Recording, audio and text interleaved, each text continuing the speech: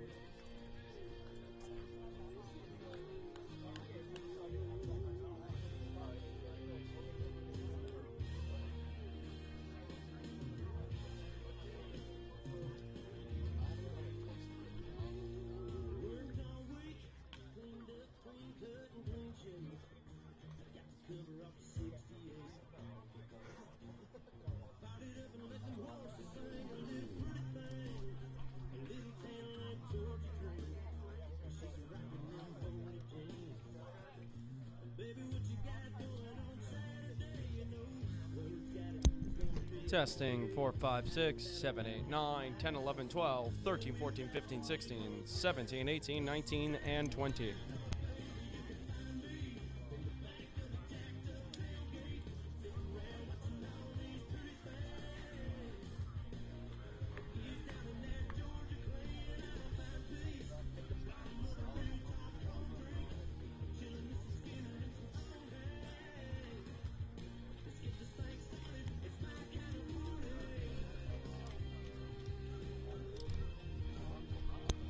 Testing 1, 2, 3.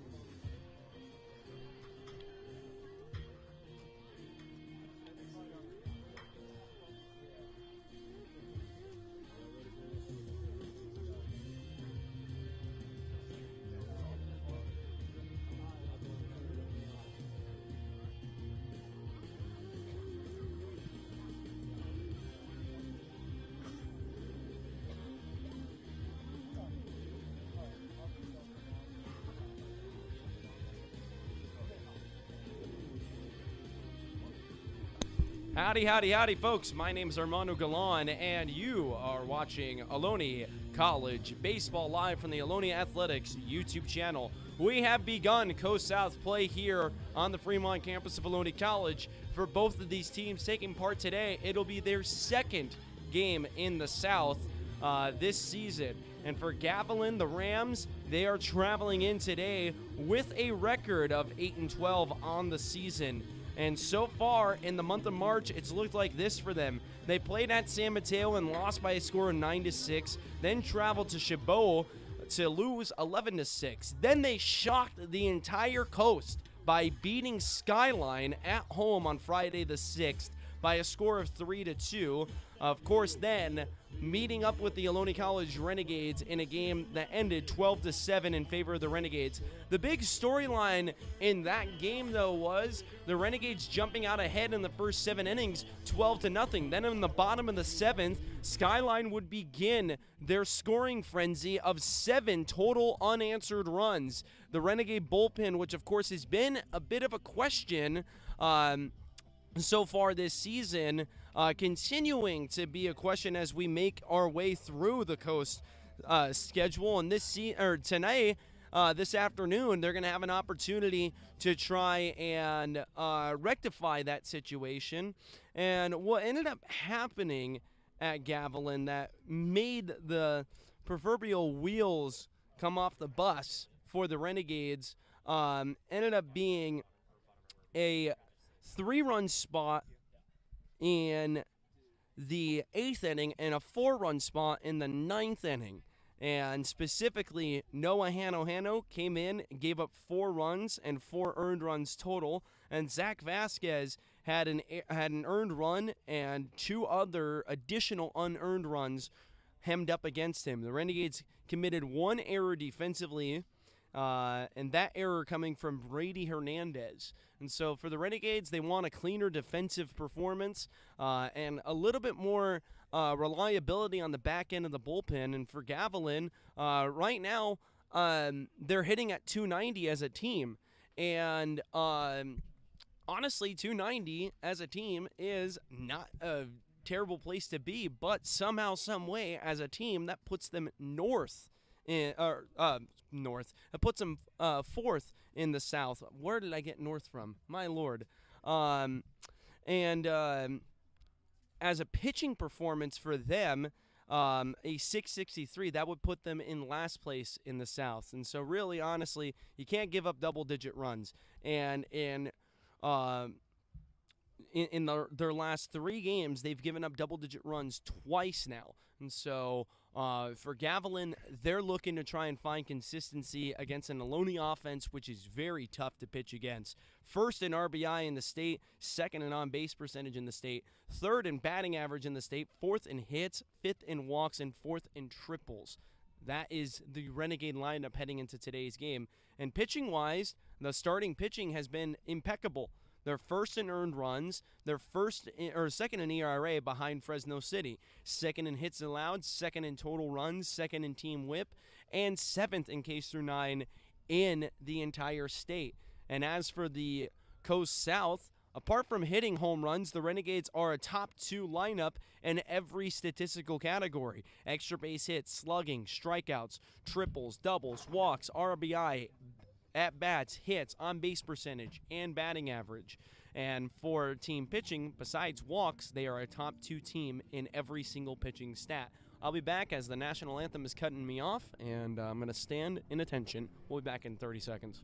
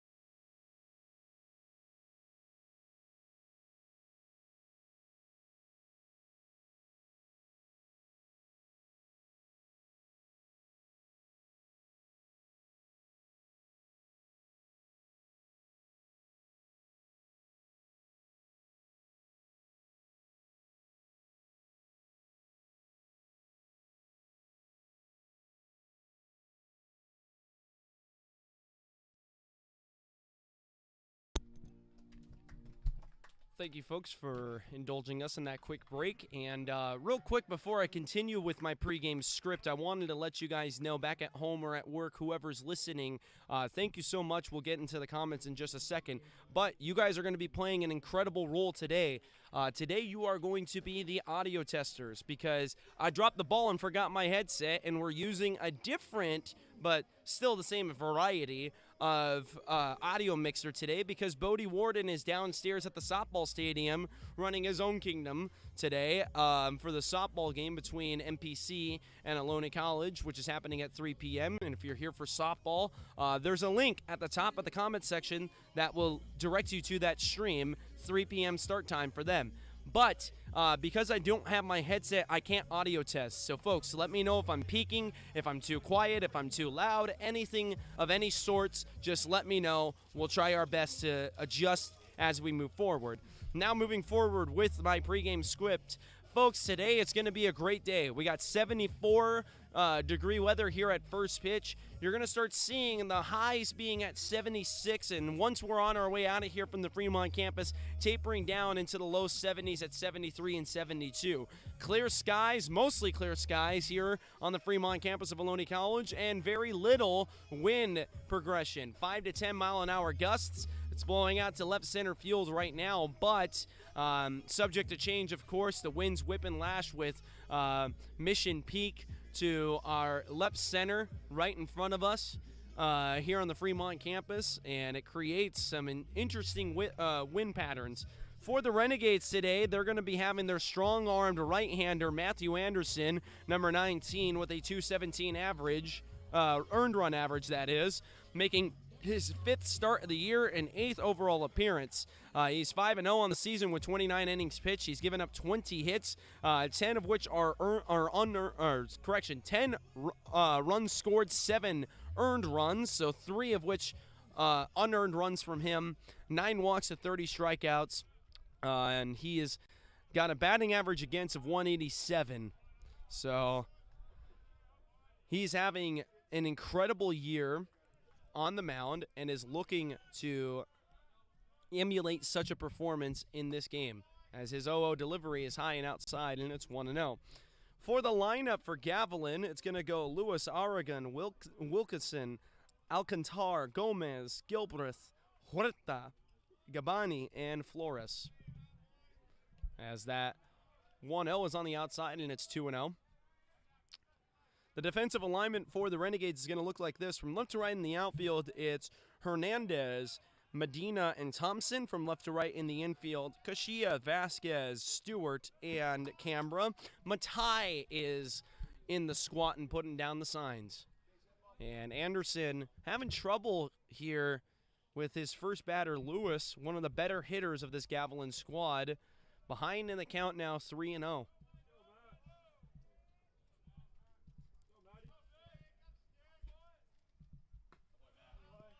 In there for a strike. Orlando Lewis batting at .317. That's recorded through 60 at-bats on the season, with his 61st now. Slugging at .383 with an on-base of .468. He fouls off his 3-1 to the left side, and it's 3-2.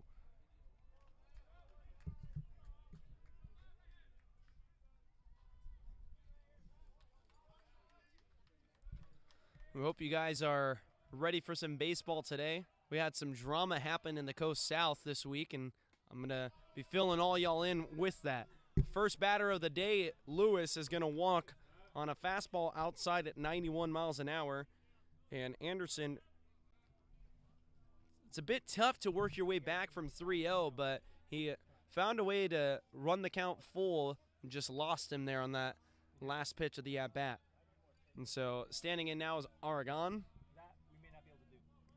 Devin Aragon batting at .261, his 70th at-bat of the season. He's going to square up to bunt and pull back as Anderson delivered way outside for a 1-0 count now. Aragon's playing third base today, wearing the number 5. The 1-0 coming home outside. A good sliding stop by Matai. And it's 2-0.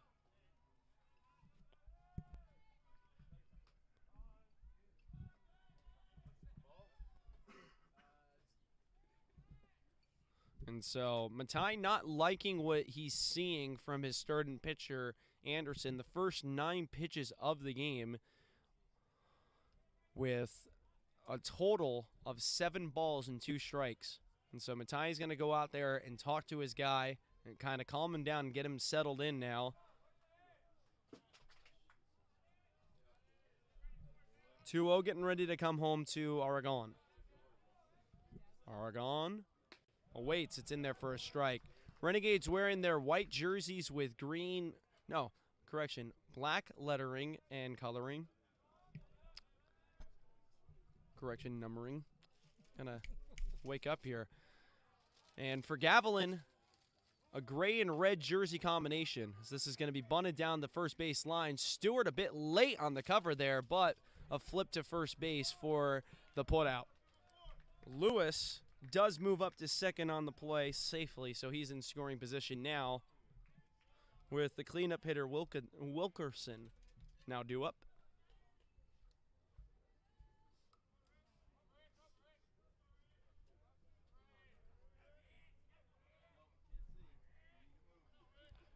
Ricky Wilkerson batting at .342 on the season. 2 homers driven in.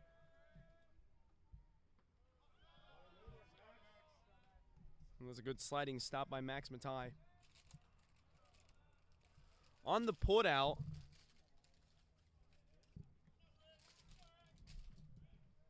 with Joaquin covering, would have been a 1-4 putout. 1-0 coming home, and it's fouled off to the left side.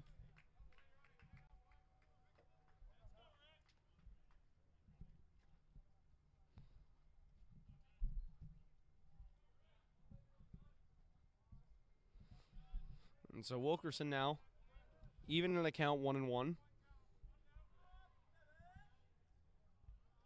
Awaits, swings and misses on the outer half, 1-2.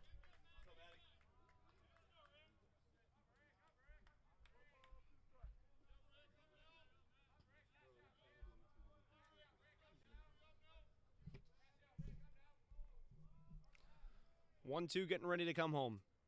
Outside, strike 3 called. Big pitch there by Anderson for the second out of the inning. Retiring a great hitter in Wilkerson. Here now is Alcantar, playing in center field today, wearing the number 2, Mateo Alcantar. A .306 batting average with 11 RBI driven in. Batting from the left side and favoring him in the matchup here against Matthew Anderson, the right-hander.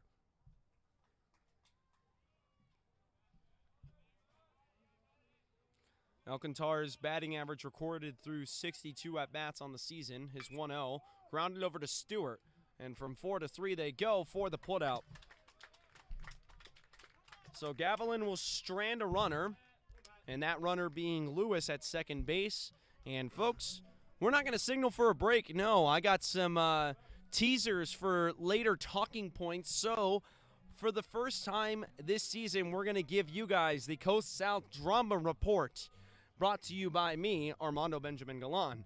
So, what happened on Tuesday when the Coast South began play? Well, the reigning champion loses their opener. In the first Coast South report, we report here that West Valley, the defending 2-year reign of the South, begins on the road. They mustered 4 hits and 13 left on base, surrendering 1 sac fly in the bottom of the first inning. That was all for the scoring at MPC, as Monterey Peninsula shocks the South by beating West Valley 1-0 on a sacrifice fly. Then Cabrillo's pitching nightmare happened on Tuesday. Cabrillo was arguably a better bullpen than these Renegades heading into Tuesday.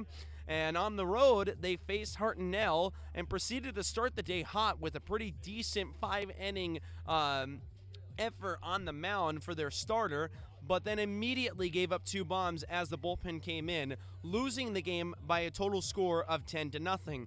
And then for the Renegades, they almost imploded on the road. The Renegade bullpen almost gave it up. From the 7th to the 9th, surrendering 7 straight unanswered runs. The Renegade offense, however, beginning the game with 12 straight unanswered. They hit well, but didn't come up with as many base hits, or big base hits, mostly quiet singles. So the question really becomes, what happens with a shorter lead? That's something that a lot of people are going to start asking. But of course, that's just a report after one game. You know, the storylines can change very, very quickly. And so here we go. We are ready for the bottom of the first inning. Caden Kashia is going to lead it off. Then he's followed up by Medina, who's followed up by Vasquez, then Murphy. Martinez is the pitcher. And Martinez delivers on the outer half for a ball 1-0. Braden Martinez making his third start on the season. He's 0-3 and making his 11th appearance total. He's got a 6.10 ERA with 31 innings pitched, 41 hits to 24 runs, 21 earned runs, 6 walks to 22 struck out, and a batting average against of .318. The 1-1 coming home outside, and Kashia fouled that one off.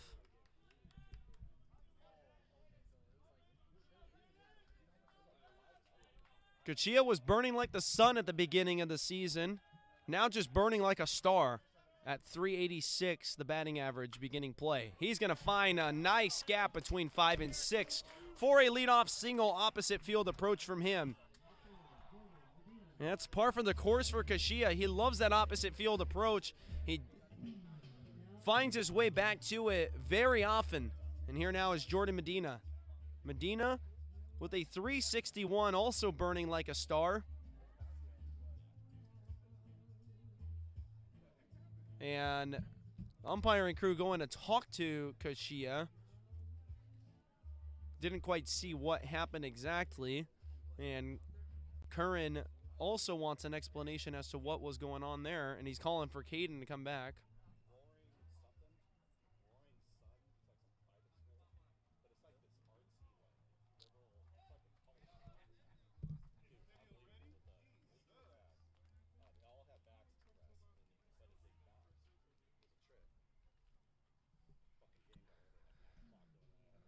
And so now Medina and Kashia are going to be part of the conversation with Coach Curran. I couldn't pick up anything from the field.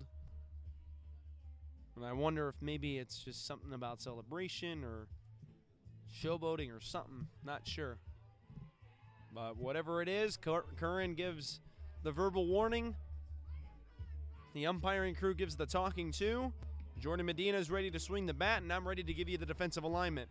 From left to right in the outfield for Gavilan, it's going to be Gabani in left, Alcantara in center field, and in right field, Gilbreth. From left to right in the infield, Aragon, Huerta, Wilkerson, Lewis, and then in the squat and putting down the sign is Flores. So Medina now ready to go. The dugout for the Renegades making noise here early. Owo getting ready to come home for Martinez. And he's going to pick off the runner back at first base to no avail. Got a ton of comments. Denise Bain is back in Las Vegas, listening in for Derek Bain, Caden Kashia's dad, watching from the Central Coast. Jeff Bassett watching from Southern Oregon. And then David Baptist says, "Go Gades. Baseball parent energy." Gotta love it.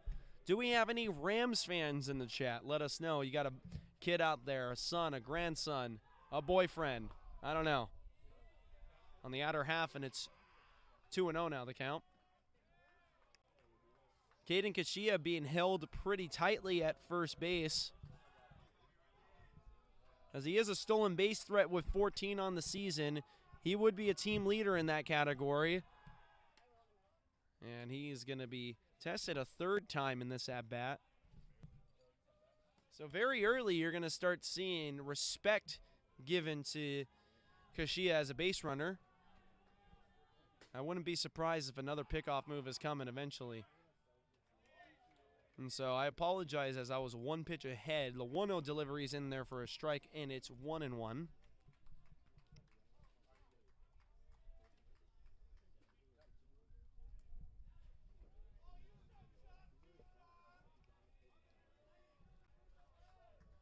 So Medina now with the 1-1 delivery, getting ready to come home. Martinez gets a target set outside, and there's the fourth pickoff move over to Caden Kashia, who's alive and awake up there at first base.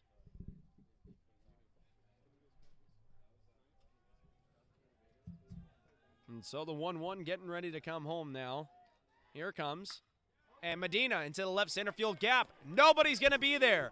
Kashia rounds second and heads to third, and it sure hops the center fielder's head, so Kashia's going to go home. Medina to third. It's an RBI triple.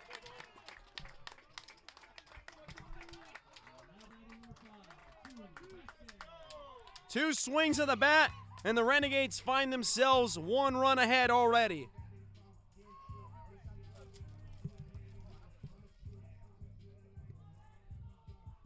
Medina's first triple of the season and his 21st RBI. Here now is Chuy Vasquez, who had big news over the weekend announcing that he is committing to the University of Hawaii, and officially now he is a rival to my alma mater, the San Diego State Aztecs. So for now, we're friends. And he finds the 5-6 gap for a base hit. An RBI base hit, and the Renegades are rolling early. So congratulations to Chuy Vasquez, who will be continuing his baseball career at the University of Hawaii. Still doing an incredible job here on the Fremont campus of Ohlone College, but he'll be swapping the Ohlone green for the Hawaii green in exactly 3 months' time. Here now is Murphy. Murphy is DHing today, batting at .371. He's got 9 RBI on the season, correction, and his batting average is recorded through 35 at-bats. The Renegades won a big inning early. Here comes the 0-0. Missing the zone, and it's 1-0.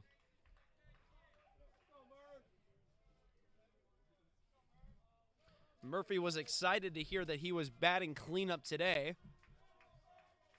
I said, that's a vote of confidence, kid. He takes inside, and it's 2-0.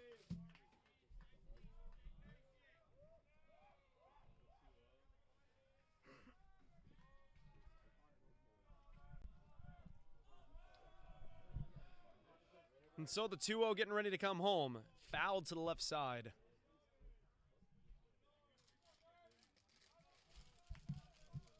On deck after Murphy is Julian Cambra, a co-leader in home runs for the Renegades. Co-leading with Teo Thompson. 2-1 getting ready to come home. Inside, and that's a good pitch for Martinez. Evens the count at 2-2. Still looking for his first put out.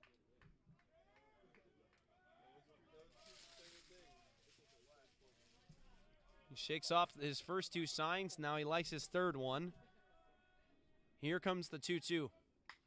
Grounded to third base and played in fair territory.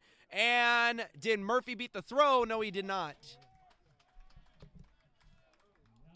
So a good play deep in the hole there at third base by Aragon to get what was not an easy at all by any stretch of the imagination 5-3 put out. Chuy Vasquez does move up to second base on the play. Here now is Cambra.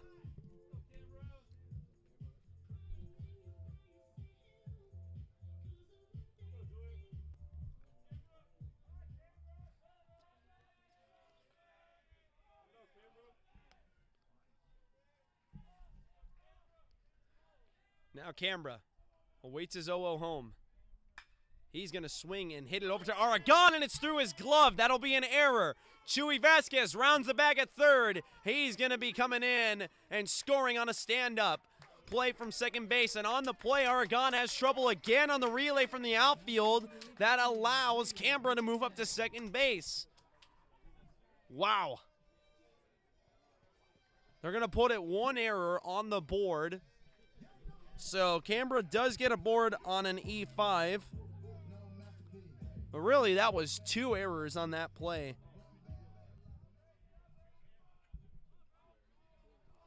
And Aragon, who just had a tough play at third base that he made just an at-bat ago, missing the routine one, so frustrating for him, but he'll have other opportunities. And Brady Hernandez in the box now, batting at .262. Outside for a strike there.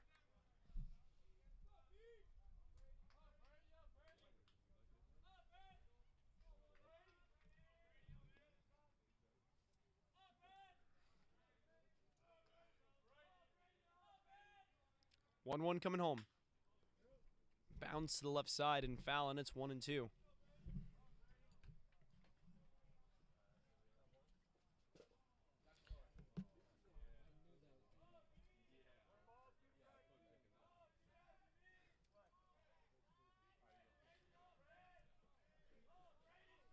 One-two getting ready to come home to Hernandez. Inside, Hernandez gets away from it, and it's 2-2.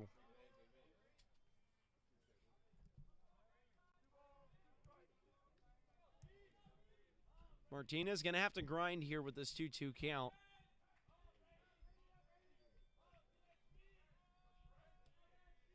Hernandez ready to come unglued. Check swings and stays back on it. That was a breaking ball. It was a pretty good one from Martinez, but it just completely fell off the table on its way home. So it's 3-2 now. Martinez, if he keeps that up through the zone, might get Hernandez to swing right through it. Tries him with the fastball over to Aragon, who makes the play and flips it to first. But on the play, Hernandez beats the throw. So it's an infield single.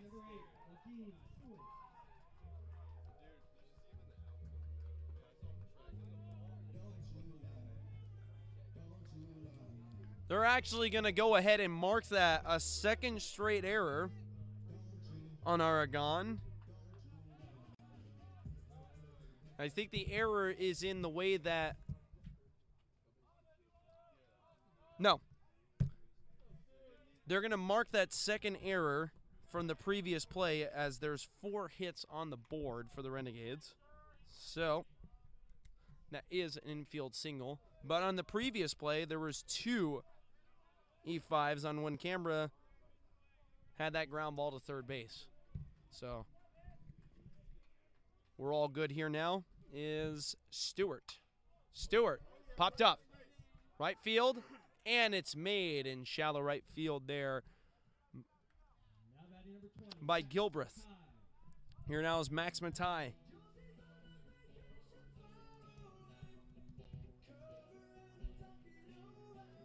It's been a while since we've seen Matai in the lineup.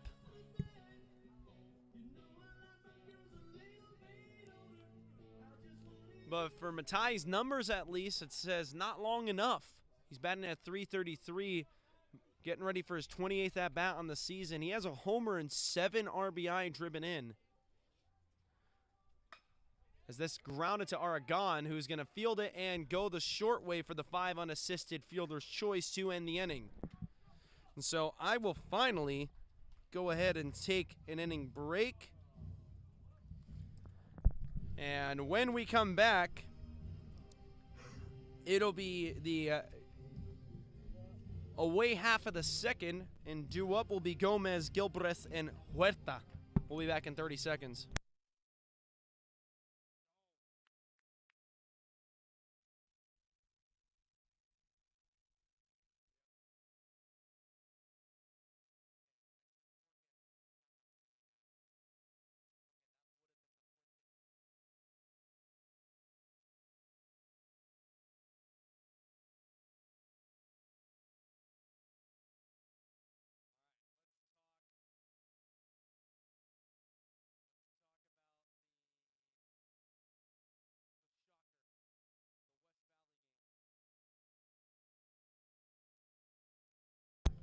We're back here, folks, and a little trip around the coast south.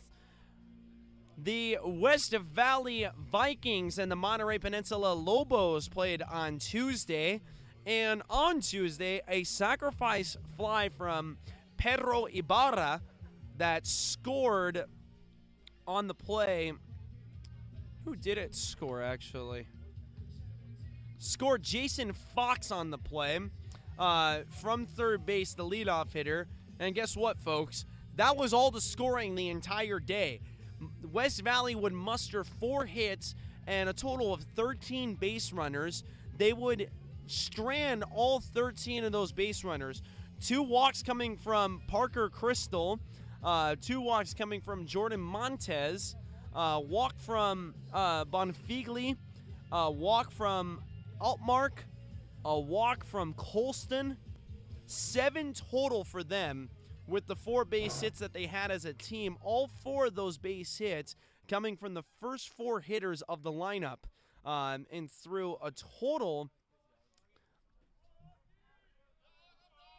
of 14 at-bats from the first 4 hitters, it was 4 hits. And so as I'm talking, Gomez was just hitting the back of the head with a breaking ball. And he fell to his hands and feet. And so there was some concern there that maybe he got the worst of that exchange, but he seems to be all right now. And they're going to give him a moment to just ensure his safety before he continues playing in this game, as Chelsea's going to head out there.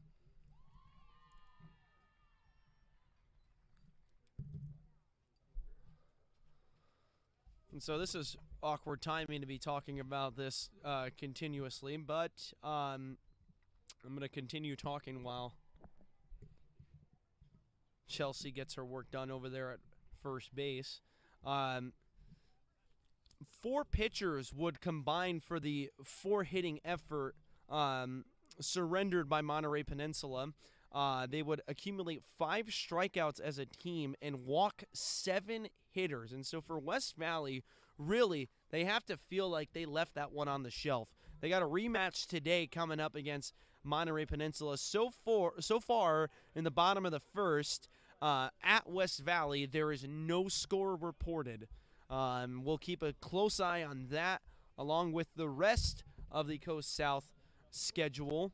And I will give you a quick in-depth look at the rest of the Coast South as we continue on today.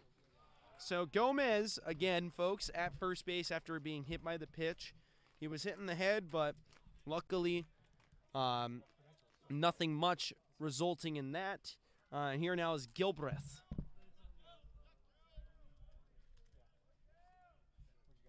Gilbreth in there for a strike, and it's 0-2.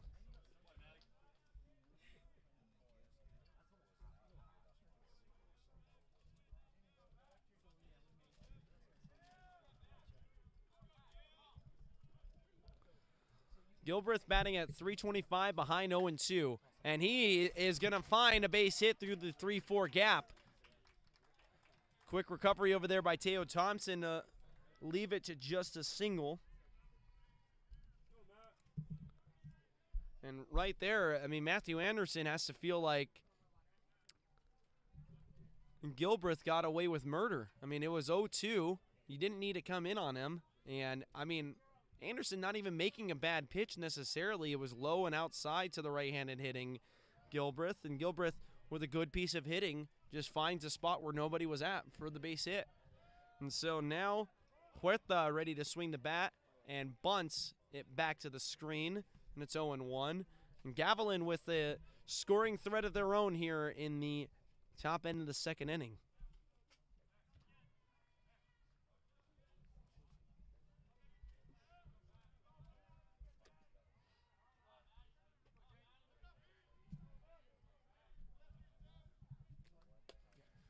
Jacob Huerta behind now 0-2, batting at .314 through 51 at-bats on the season. He has 10 RBI.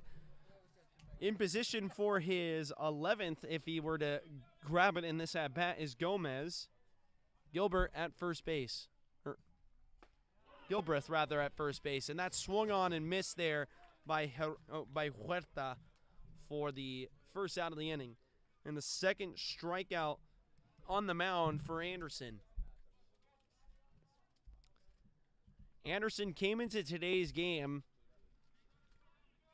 first in wins in the South, third in ERA, and 7th in Ks. He's second in the team in the strikeout category as far as pitchers are concerned.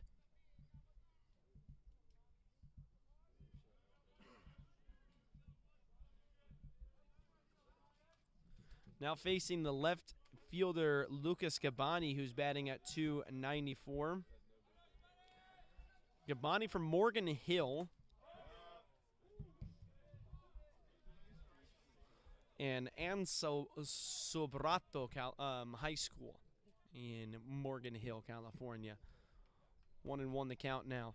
Morgan Hill, one of the more quieter and nicer places of the Bay Area. That's popped up and out of play. We're not going to talk about the play attempted by the fan. 1-2 the count now. Softball has begun play over on the softball field, and as I said before, if you are here for softball but for some reason can't find it, there's a direct link at the top from my Gaming Runner Productions YouTube channel comment, all the way at the top of the comment section, direct link. This is to the right side. Teo Thompson backing up, making the play. Tagging up is Gomez. He's going to make it there safely, and there will be 2 out with Flores ready to swing the bat.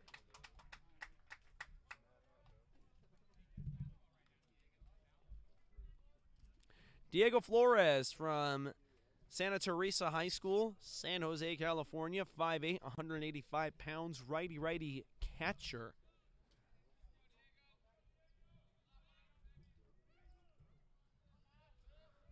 And Flores batting at .273, his 34th attempt at the plate. 5 RBI, his 6th, just 90 feet away. He takes really inside there and backs away, and it's 1-0.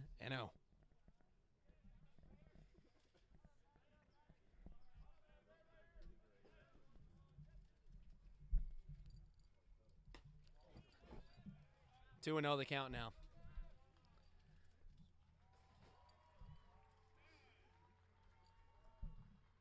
And so coming out now is the pitching coach for this Renegade squad to talk to Anderson.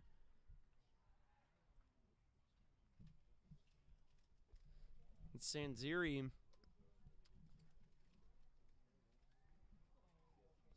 really honestly trying to see what Anderson isn't having a feel for so far today, because it's not like him to be missing the zone as often as he has been in the first 2 innings of this game.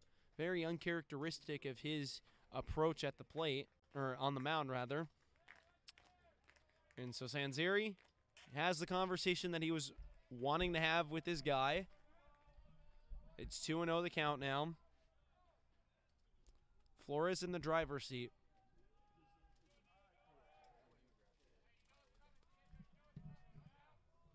Here comes the 2-0. Challenge fastball inside. Got the call for the strike. 2-1.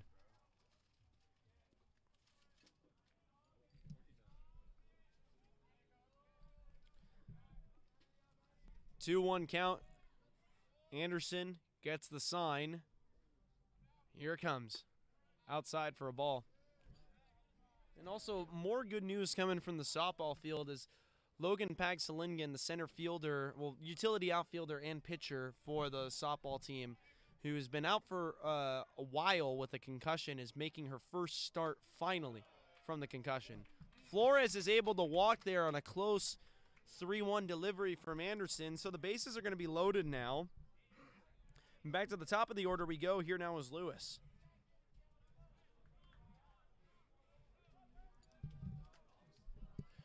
Lewis got aboard via a walk his last opportunity.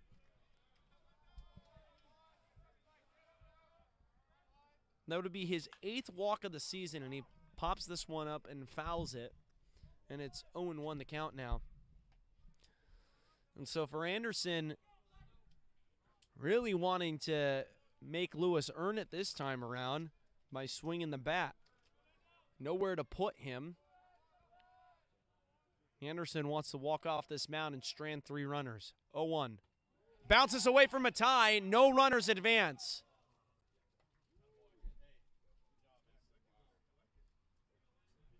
And Matai was in a hurry the moment he saw that ball kick away from him.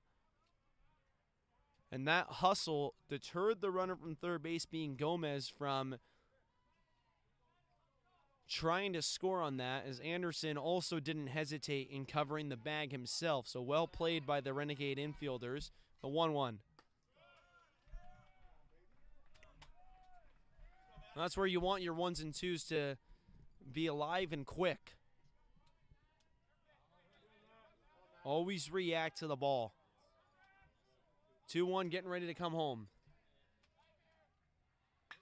Center field. Medina ends the inning. So we'll be back in 30 seconds after this break. Gavilan squandered the opportunity to score 2 of them and left 3 total on the base. And we'll be back in 30 seconds after this break.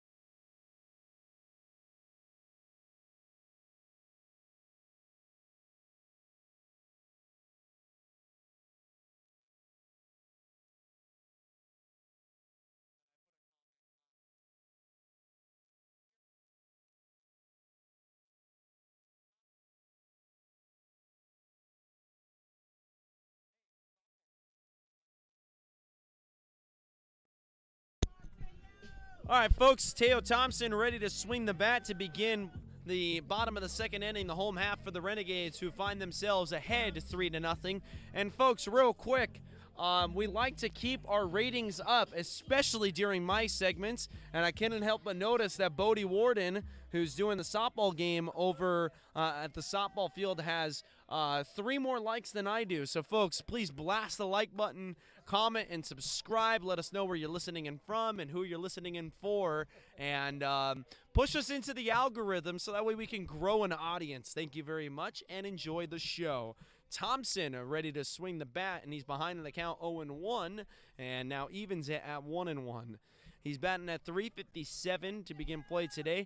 He was in a tie with Chewy Vasquez in triples, but Vasquez recently passed him up, getting his 4th triple and now leading the state in that category, while Thompson is all in his lonesome at 2nd place both in the coast and in the state at triples. The only player with 3 triples. How shocking is that? Very shocking. Everybody else only has 2 or 4. Nobody has 3. 1-2 coming home. Thompson fouls it off to the left side. And I mean, don't let the speedy outfielder build fool you, because he can launch one over the wall. He's got 2 on the year, and is a co-pacemaker in home runs for the Renegades. a team that doesn't really hit many home runs. They are very much a contact lineup.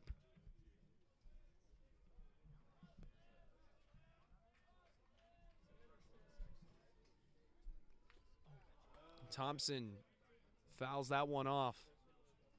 So we'll reset and do it again.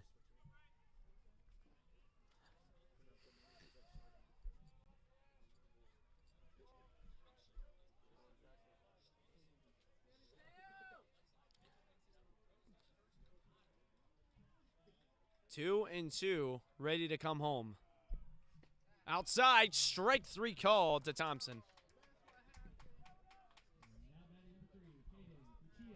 So back to the top of the order we go, and here now is Caden Kashia. That's interesting, is Teo Thompson just flipped the bat over to Kashia.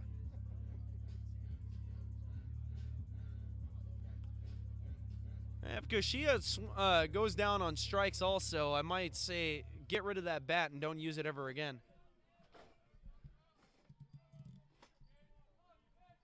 Kashia had a leadoff single through the 5-6 gap in his first opportunity. And he likes that opposite field approach. He's been going to it very, very frequently as a hitter. I feel like every single home game, when I go back and watch the film, I'm like, another opposite field approach. There it is again. This time it finds a glove over at short by Huerta, who throws him out for the 6-3 putout. Here now is Medina. So that time the opposite field approach from Kashia resulting in not much. Medina ready to swing the bat.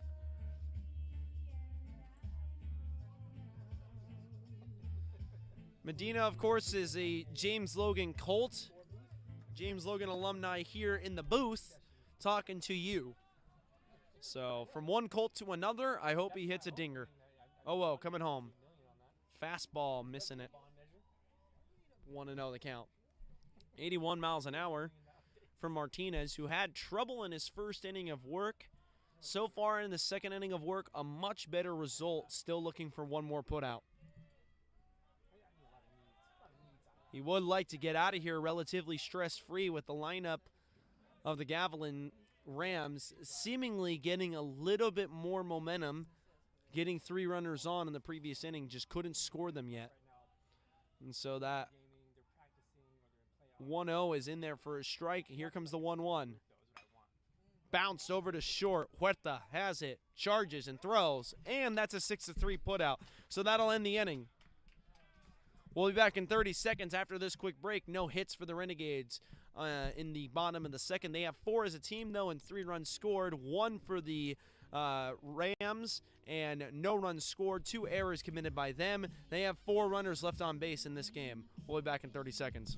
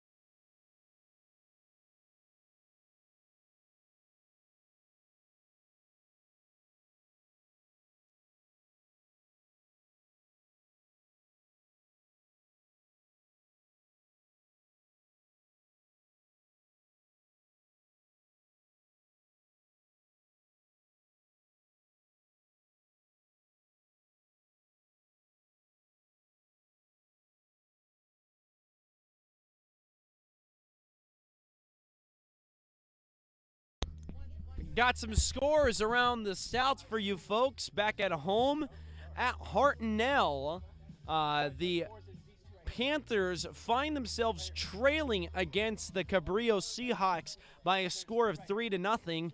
And over at West Valley, it's a tie game right now at 0 in the top of the 4th inning.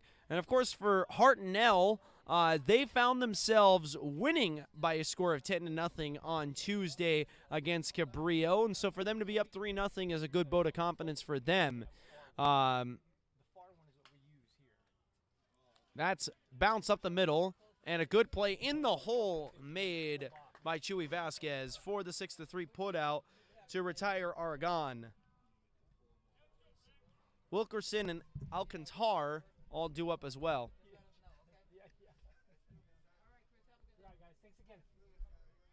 And so Hartnell with the 10-0 win over Cabrillo. Find themselves losing today 3-0 so far.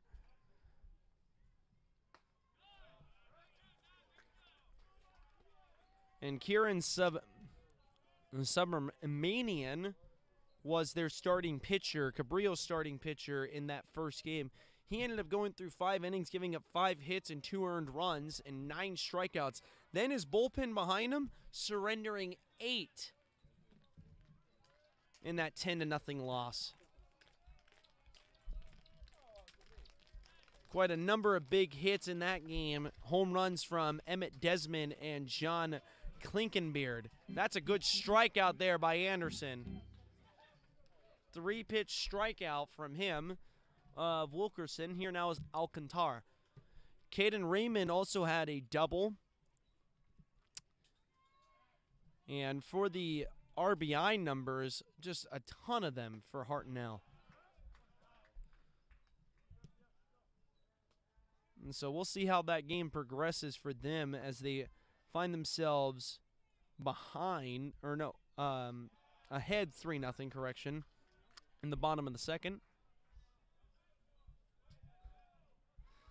Well, yeah, they go south with a lot of drama already. Swung on and missed, and that'll end the inning. Just squeaky clean from Anderson. 2 strikeouts in that inning. Bumps his total up to 4, and that's the Anderson that we know and love. We'll be back in 30 seconds after this quick break.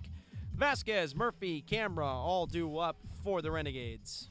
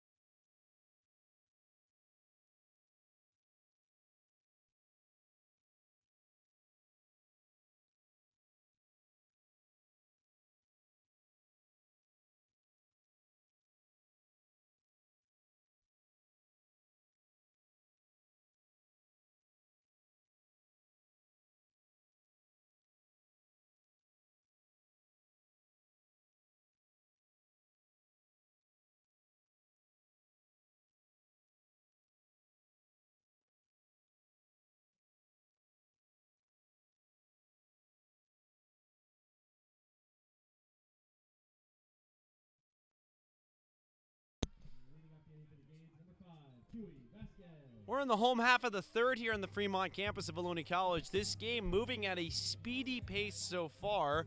We're threatening to get the third inning done in the first 20 minutes of contention in this game.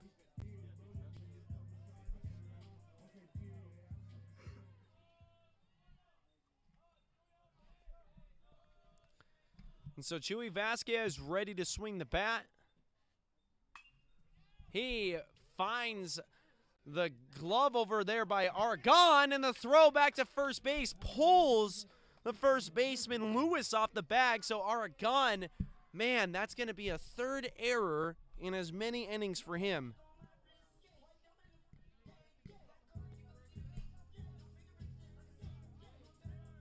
It's just a rough day for him so far. He's going to have to find a way to flush it, because when you give these Renegades extra outs, they've shown time and time again that that is a losing formula.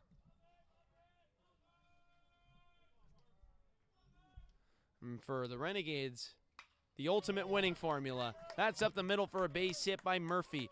And Vasquez is going to round second, head to third. Murphy gets off the bag at first, and a snapback throw back to first base. He's safe. So good job there by Murphy to entice the throw back to third base to ensure Vasquez gets to third safely uncontested, and then getting out enough to be close to dive back to first. So that's a great job by him.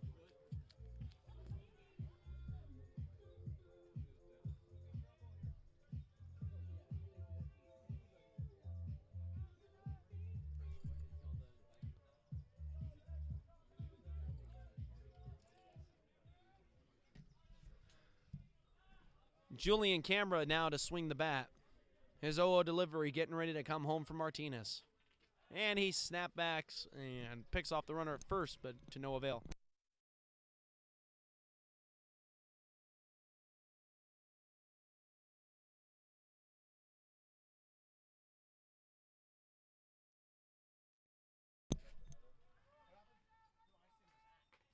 Oh, coming home. Bounce to the left side.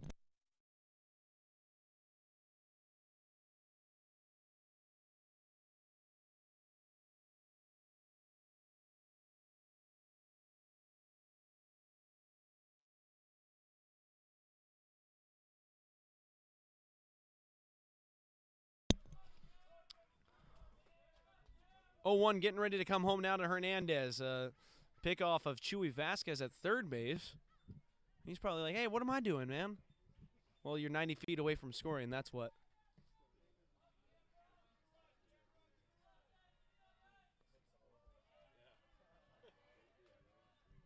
Martinez. 0-1 coming home. Outside for a ball.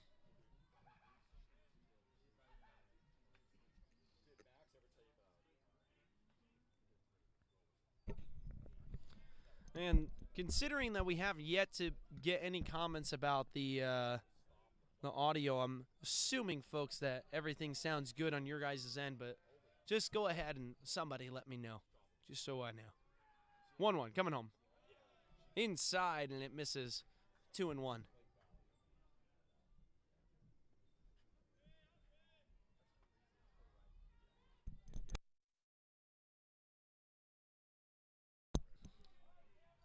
And so Hernandez now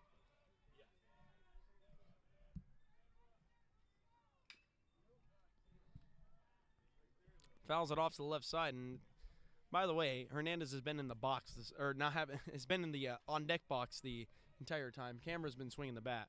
Yeah, so Mondo, hello. So worried about everything else going on here. 2-2 to Canberra now. Moonlighting as Hernandez. Canberra fouls it off.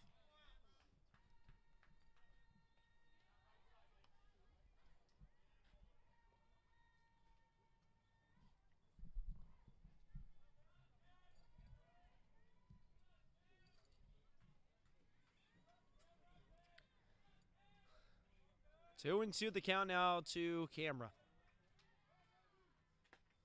Got him looking.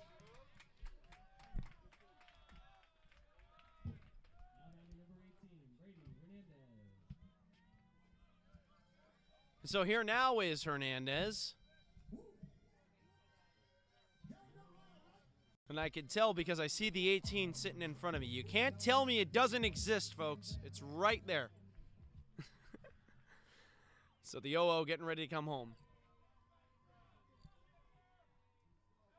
And a little pickoff over to Chewy Vasquez.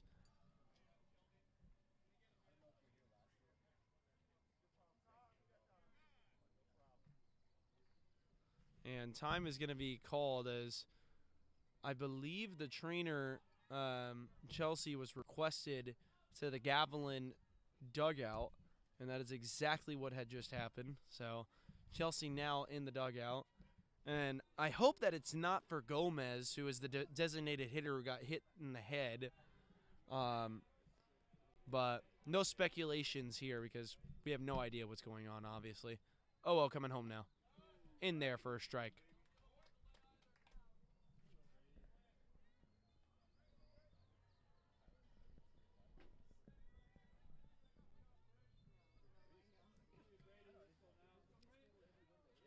And so with the 0-1 getting ready to come home, here it comes. No. It's a pickoff over to Chewy Vasquez again.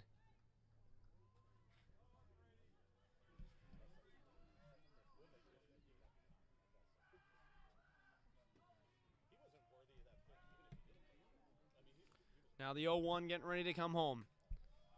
That's delivered in there on the outer half for a strike. Hernandez behind 0-2. 79 off the right hand of Martinez. On deck is the right-hander Joaquin Stewart. Here comes the 0-2 and a pickoff move over to first base of Murphy. Murphy dives back safely.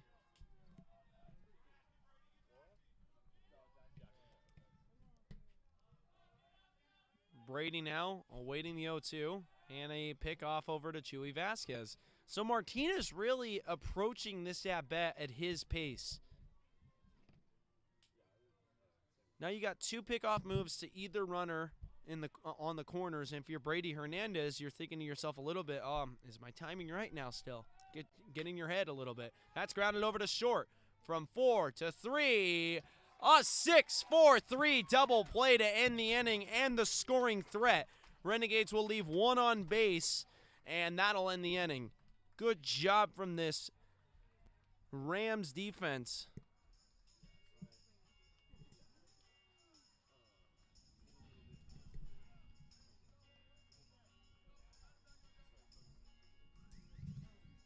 We'll be back in 30 seconds.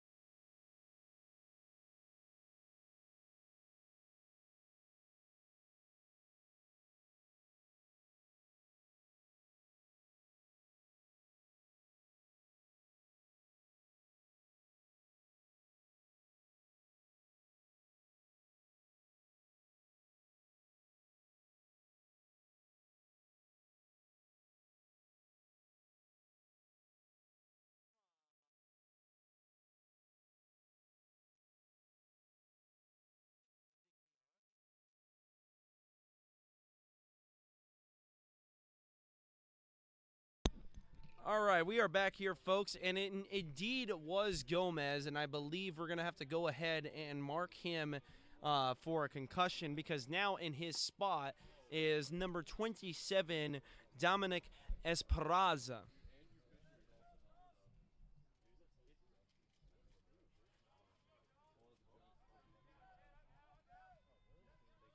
So Esperanza now is going to be the DH, and he grounds that over to Joaquin Stewart, who goes from 4 to 3 to retire Esperanza. Gilbreth and Huerta also due up in this top end of the 4th, where the Renegades find themselves ahead 3-0.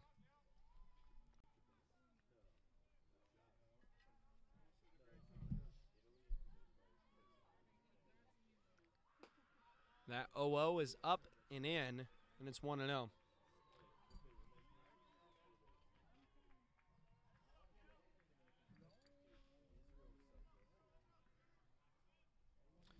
The 1-0 coming home.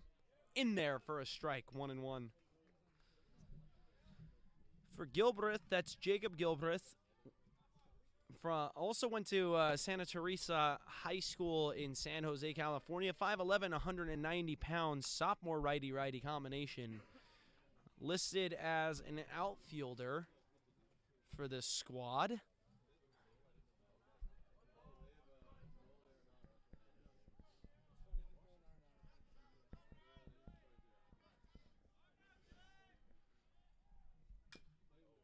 Grounded and fouled to the left side.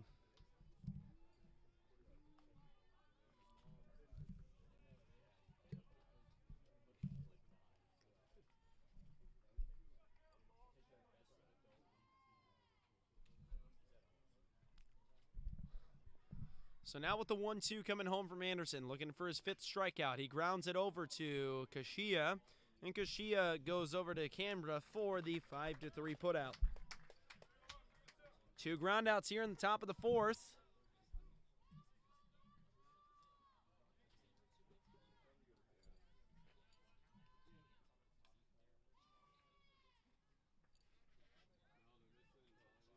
Here now is Huerta.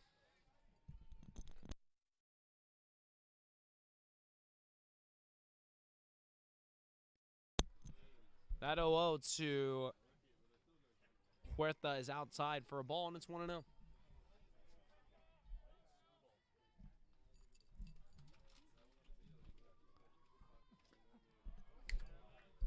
That 1-0 was offered at by Huerta. Didn't get the bat back quick enough, and so he's going to be rung up. 1-1 the count. Anderson, the 1-1 coming home. Bounces to the plate. Kicks away from Matai. And Matai doesn't really care.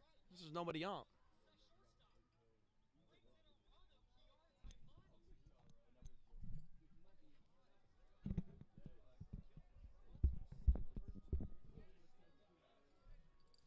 Two and 1 the count now, and that fouls off to the left side.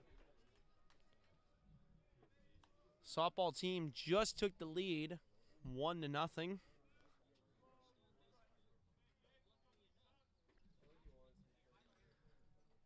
Huerta wants to extend. He's going to call time. Now stands back in the box, and he's ready to go. Anderson was ready the whole way. 2-2. Grounded, and diving play by Canberra. Flips to Anderson, covering for the 3-1 putout to end the inning.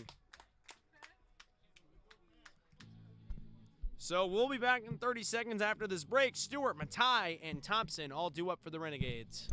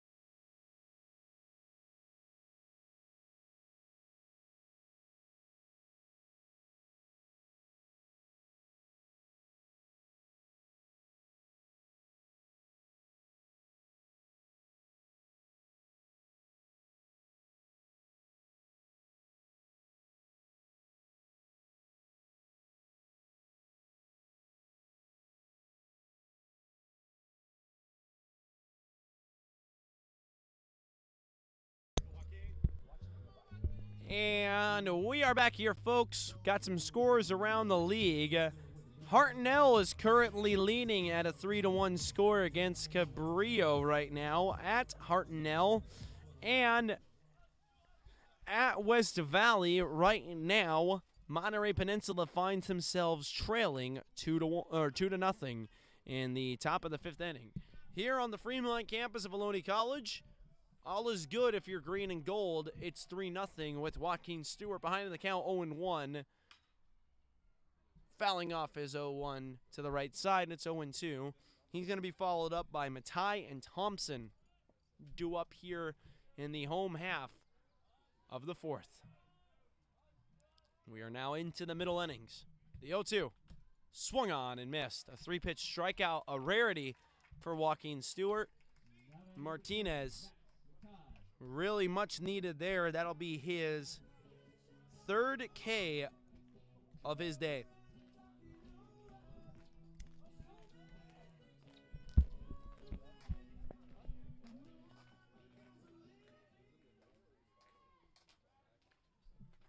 I think Matai has the most sing-alongable walk-up song. I'd love to hear the crowd maybe, if we are blessed with home field advantage in the playoffs, sing that Bryson Stout style. If you guys know what I'm talking about, you know. Aragon is going to have his 4th error of the day.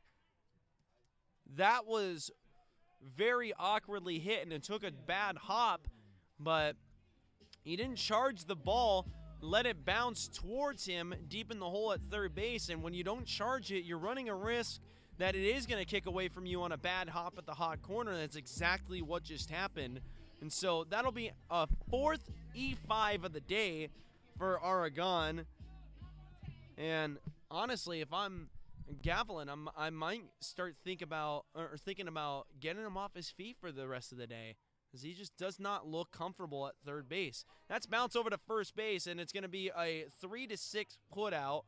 Fielder's choice to get rid of Matai, but swapping with Matai is Thompson on the fielder's choice. So here now is Gaten Kashia.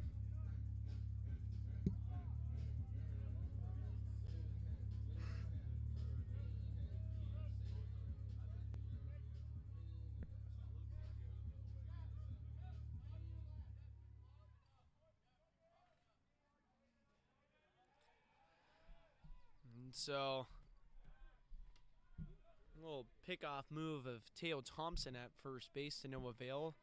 Gavilan coaching staff repositioning Aragon, the third baseman, trying to maybe manufacture a little bit more comfort out of him. So I really do think that is the main issue. It's just he does not look comfortable at all in any capacity so far today. And third base, of course, one of the tougher positions to play in the field. They don't call it the hot corner for no reason. Even the best of them have the roughest days.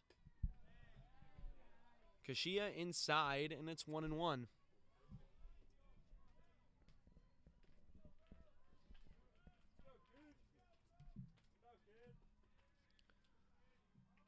And so with the 1-1 getting ready to come home, Martinez is going to pick off Thompson to no avail.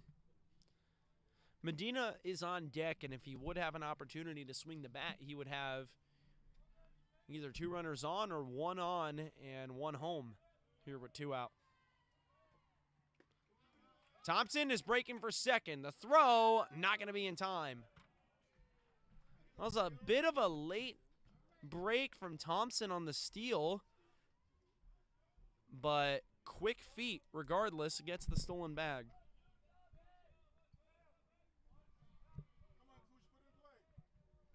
So now Kashia has a runner in scoring position. Honestly, I would argue, though, with Thompson's speed, he was already in scoring position being at first base.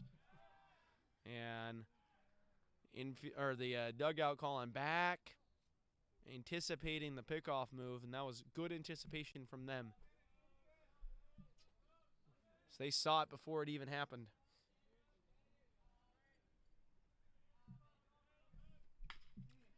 Grounded to second base.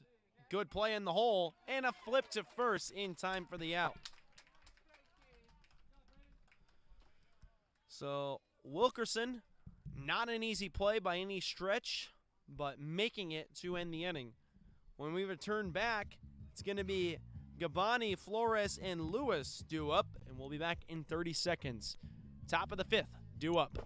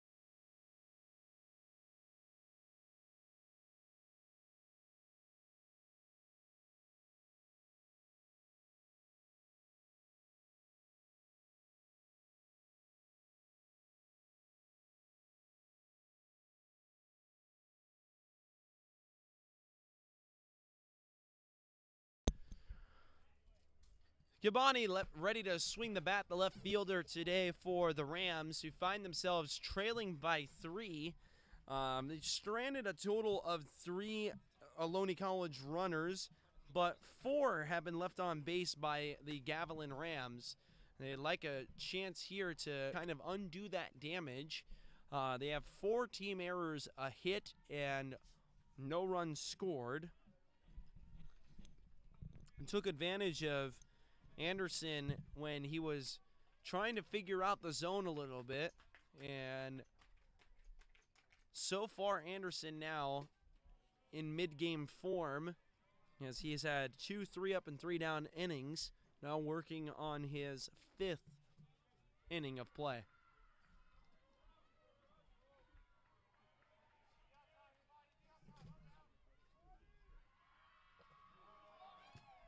And he's going to be hit by a pitch.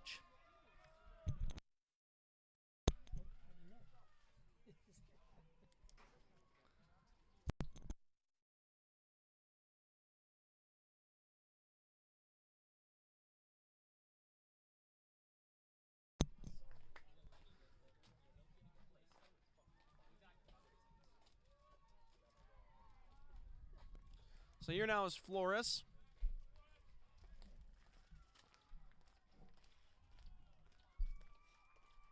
The 0-0 coming home, and it's popped up and fouled. That thing is landing right behind us.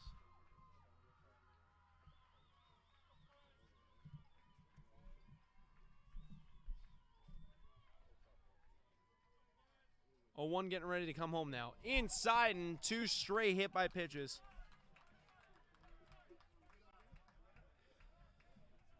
Well, if you're Gavilan, this is where you got to have him. Top of the order now, Lewis ready to swing the bat. This would be the 2nd time he's going to swing the bat with runners on. He had a chance with bases loaded and ended the inning on a fly out to center field. And so right now, this is the golden opportunity for the Rams to, a 3-run deficit doesn't put you out of the game necessarily, to feel like they're in this game and get a run across, cut a third of the way through this lead. Maybe even 2/3 of the way through, depending on the outcome. A good hitter to do it with. Lewis 0 for 1 today with a walk and a fly out. He's going to score up to bunt, pulls it back, and it's 1-0.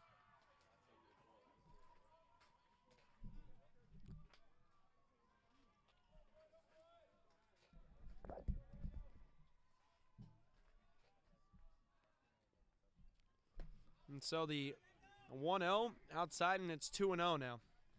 Anderson having trouble trying to find the zone again here in the 5th.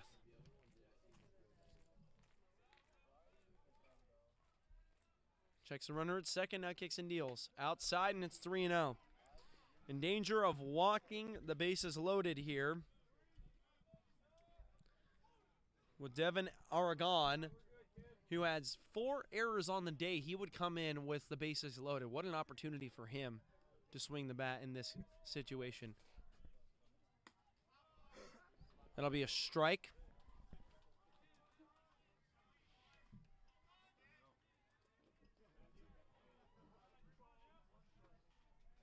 Three and 1 the count now. Anderson kicks and deals. Fastball grounded to the right side and foul.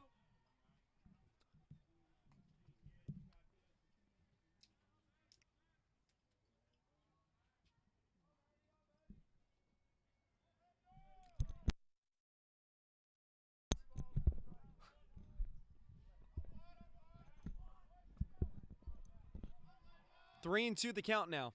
Outside, and the bases are loaded.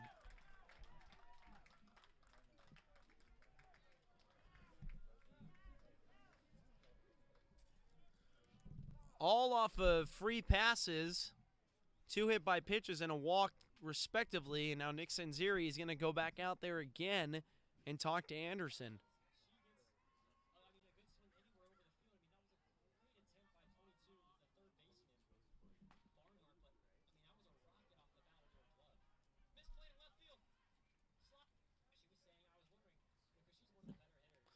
And so Nick Sanziri is going to talk about the situation afoot here with nobody out and the bases loaded.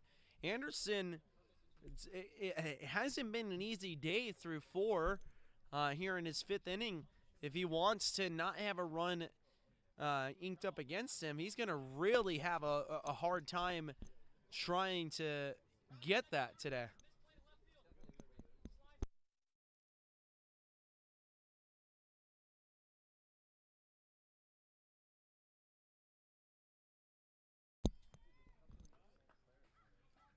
And so for Aragon, who all 4 of the team errors, as I said before, were knocked up against him, he doesn't want to put any additional pressure on himself.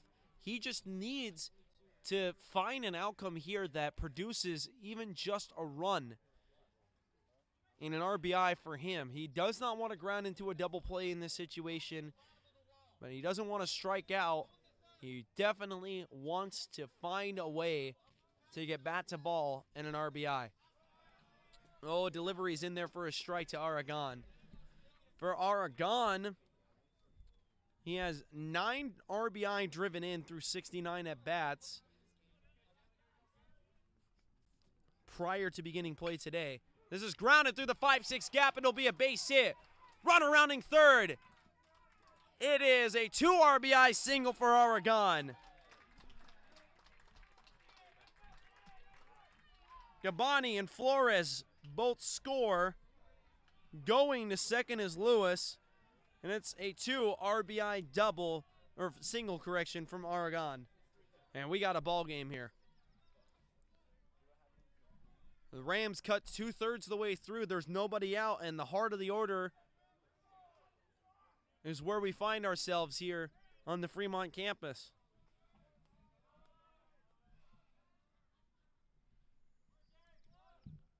Swung on and missed there on the 0-0 delivery home to Wilkerson, who struck out twice today. One time with the bat on his shoulders, the other time swinging right through it. He's been one of the better hitters, though, batting at .342 to begin play today. He would like to avoid the 0 for 3 with 3 strikeouts, but he finds himself 1 strike away.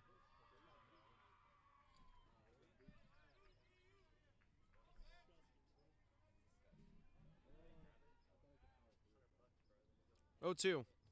Outside for a ball. 1-2.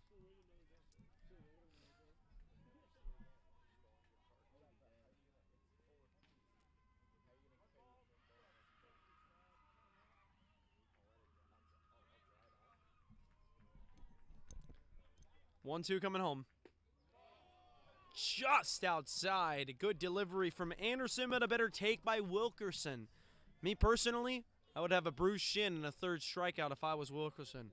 That would have swung right through it.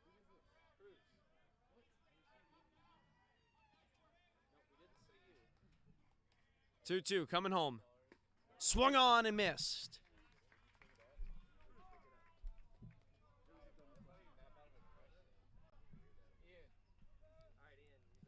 That's the 5th strikeout for Anderson today. Now he finds himself a ground ball away from getting out of this jam. Alcantara ready to swing the bat now. The center fielder, he's grounded into a 4-3 and struck it out today. He's 0 for 2. Popped up and fouled to the left side.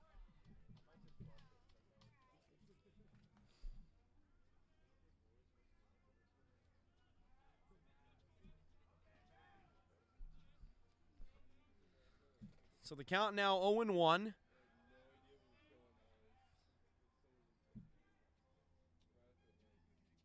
Here it comes home. In there for a strike.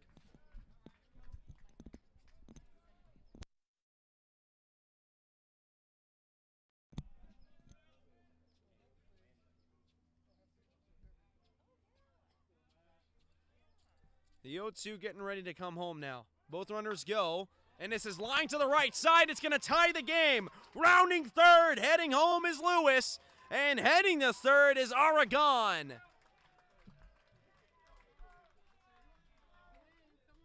Wow. A perfect hit and run executed by the Rams with 2 strike.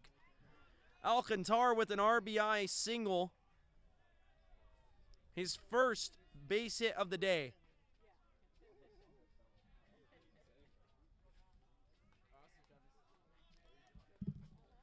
So it's a brand new ball game.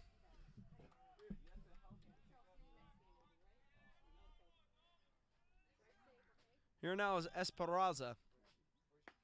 Takes inside, and it's 1-0.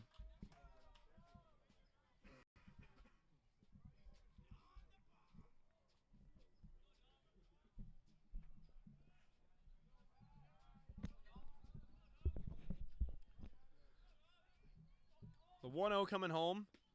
In there for a strike from Anderson. Dominic Esperanza is batting at .227. He wasn't in the starting lineup today. He's coming in relief for Gomez, number 12, who we believe, we're not told, but we believe is going to be sitting out with a concussion after being hit in the head by a pitch. That's going to be a stolen bag.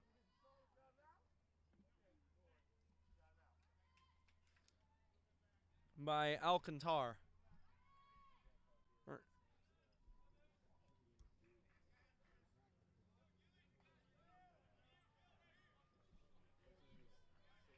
What was the call? I just missed that entirely. Interference was called. Okay. So interference was called against the batter Esperanza, so he will be out.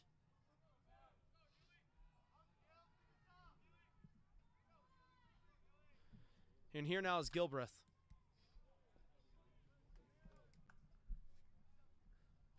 And on the play, Alcantar did safely make it to second, but on the interference would have to go back to first base. So Gilbreth now, potential last opportunity. 0-1, Alcantar. Going to try and steal. Matai, strong throw, and it kicks away. The Renegades are going to give up the lead. Aragon comes around to score, and how fitting that he would be the fourth run to score, essentially erasing those errors mentally. Sometimes baseball has some incredibly poetic ways of evening out.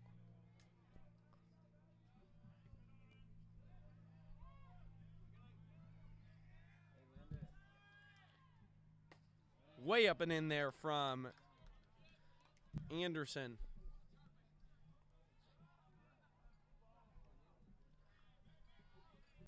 So Gilbreth ahead in the count, 2-1. Time is called.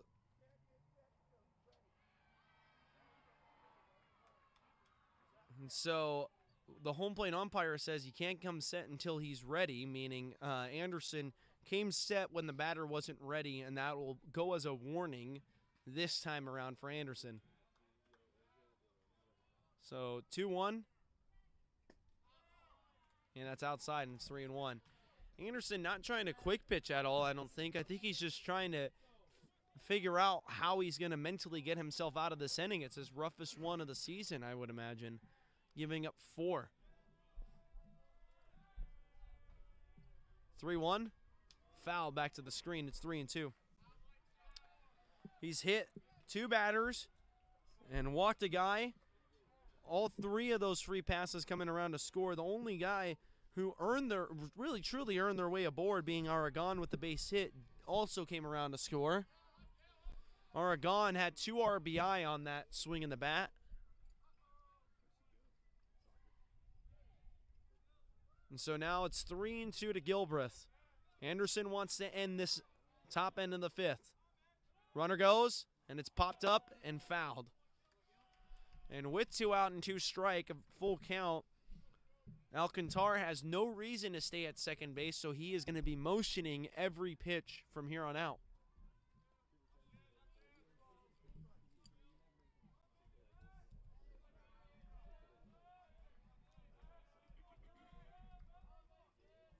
3-2. Runner goes again. It's popped up again and fouled.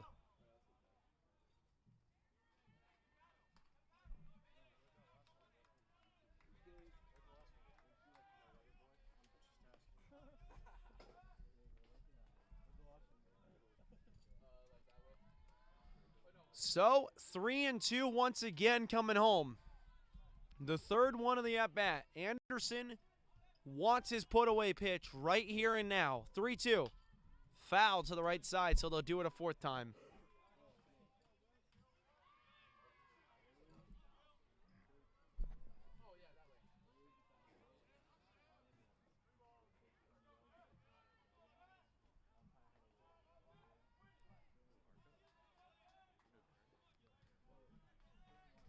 A fourth 3-2. Here it comes. Inside, line to the left side and deep. Way back there. Goodbye.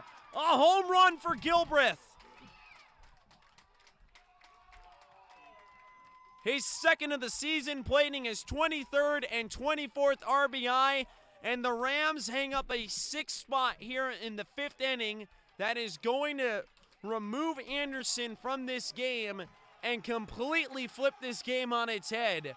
We'll be back in 30 seconds after this quick break with a new pitcher. Wow, we got ourselves a whole different game here in the 5th inning. 6-3 the score. We'll be back.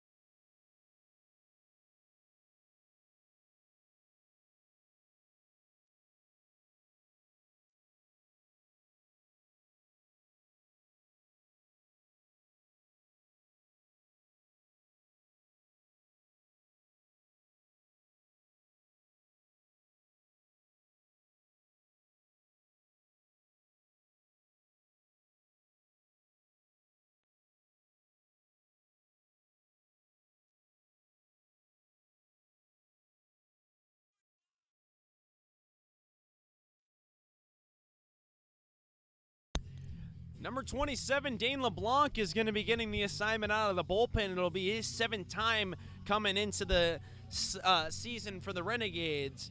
He has got a 4.50 ERA with 1 save on the season, 10 innings pitched total, and through those 10 innings pitched, he's given up 10 hits, so a hit per inning.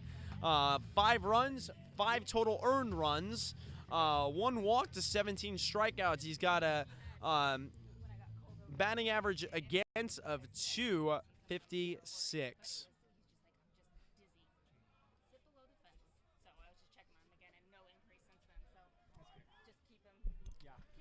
He's going to be coming in with a clean slate against Herrera with 2 out here in the top of the 5th inning. That first pitch is in there for a strike. But for Gavilan, they have plated 6 runners in this top end of the 5th. And what was all Renegades at first has now been completely flipped on its head.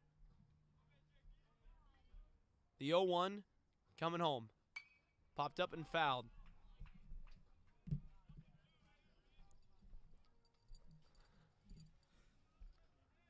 And it's as we constantly have been seeing both on and off the microphone here between me and Bodie, this Coast South is going to be extremely competitive this year. 0-2, coming home. Just missed. LeBlanc delivering so ferociously, he lost his cap. The 1-2. Here it comes. Outside. Ooh, everybody thought that he was going to get rung up there. Herrera, Huerta, correction. Great take.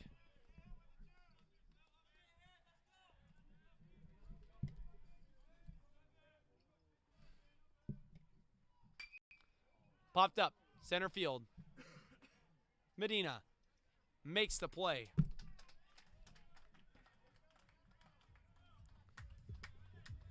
Nine hitters total. 3 hits, the biggest one being a Gilbreth home run. The inning started with 2 hit batters and a walk. All 3 of those runners eventually coming around to score. Aragon scored them with a 2-run single. Then Alcantar brought home Aragon with a base hit of his own. And then Gilbreth ended up bringing home Alcantar and himself on the 2-run homer, making this score a 6-3 score as we head into the bottom of the 5th inning. And Martinez gonna get a 5th inning of work for the Rams. We'll be back in 30 seconds after this break.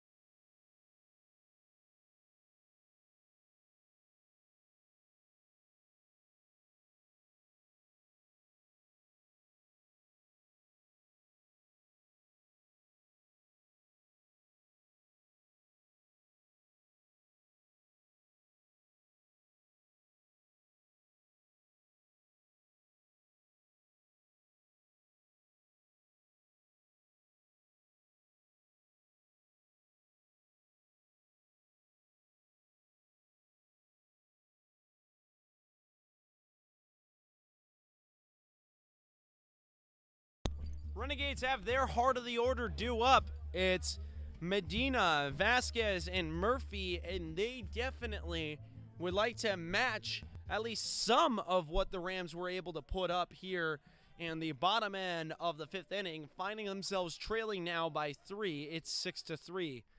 And that first pitch from Martinez on the outer half misses the zone, and it's 1-0.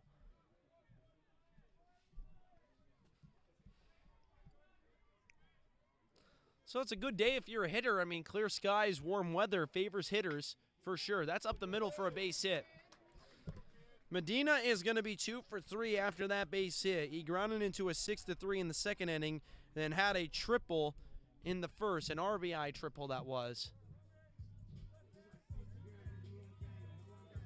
Here now is Chuy Vasquez.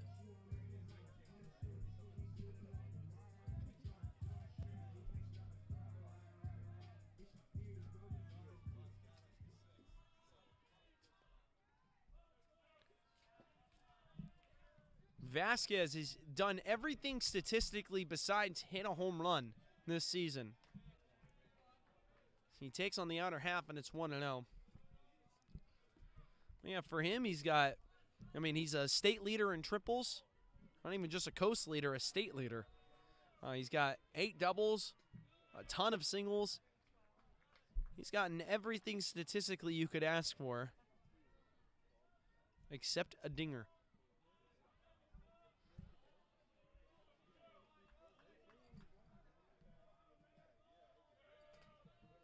2-0. Inside, and it's 3-0.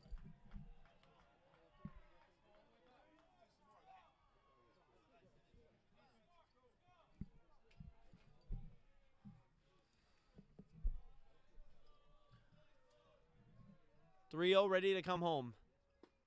In there for a strike. Due up after Vasquez is Murphy.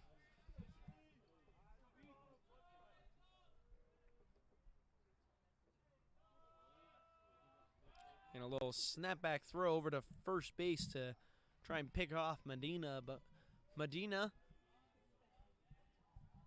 definitely enjoying the dive back practice. You can never have too much diving practice. In there for a strike, and it's 3-2. Few O's from the home crowd there on that pitch inside.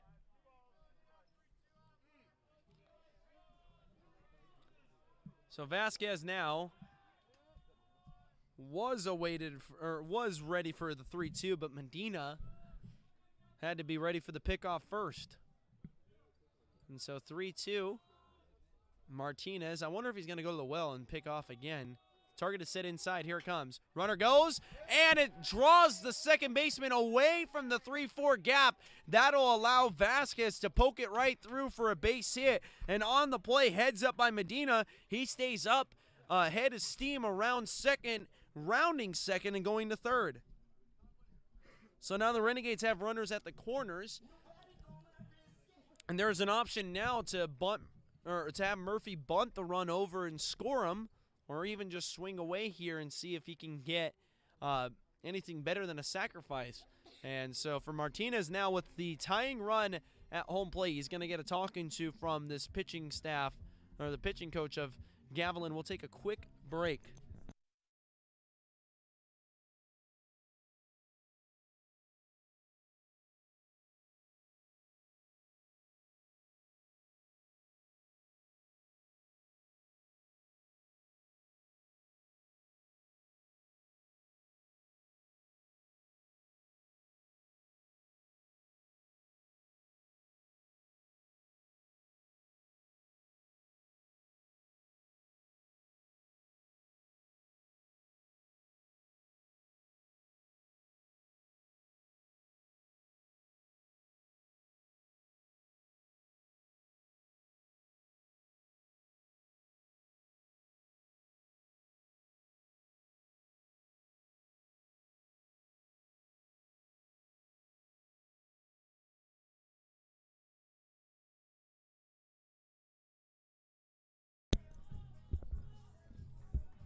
Here now is Murphy. Murphy with a RBI opportunity, but he would have to get a really good piece of one to score Chuy Vasquez from first base. He's got Medina 90 feet away at third, though. Inside, and it kicks away from the catcher, and Chuy Vasquez is able to move up. So now you got two runners in scoring position. So that'll be a pass ball for Flores.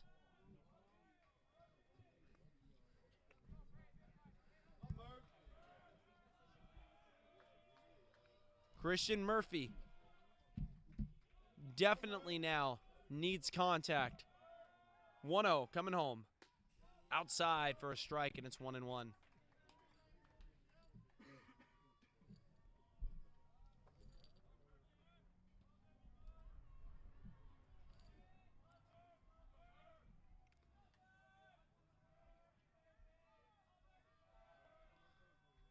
1-1 coming home. Popped up. Right field. To the warning track and back, and it's caught. Man, what a play out in right field by Gilbreth. It'll be a sacrifice fly. And we talk about all the time, it's never easy to play in this outfield, and Gilbreth's showing why. I mean, I've yet to see a pop-up dance that looked that scary. But Gilbreth able to track all the way back to make that play. The Renegades will take it as it's a sacrifice fly, and here now is Canberra.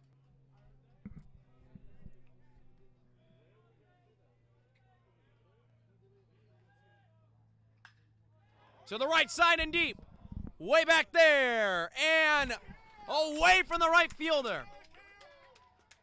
Canberra's going to have an RBI double on the opposite field approach.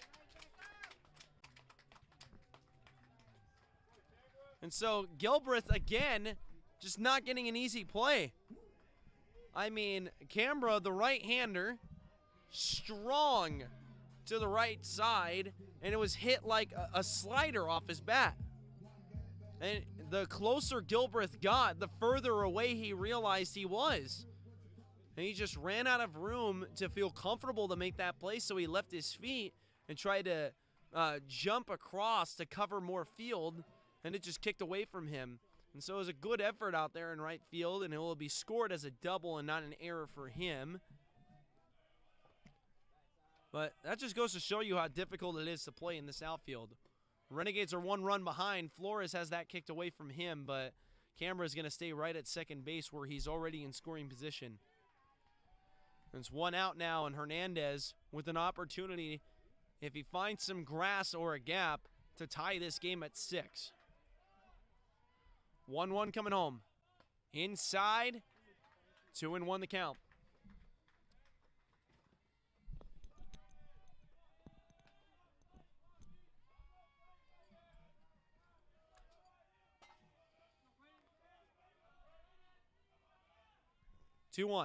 Hernandez offers at the bender that misses. But so did Hernandez, and the count is even at 2-2.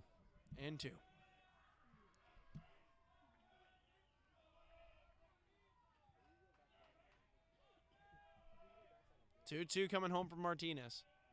Here it comes. Line to the left side and deep, but foul.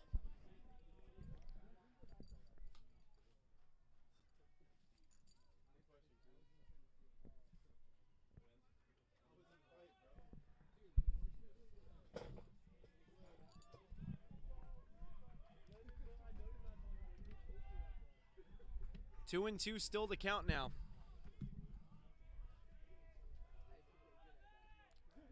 Here it comes home. To the left side. And foul.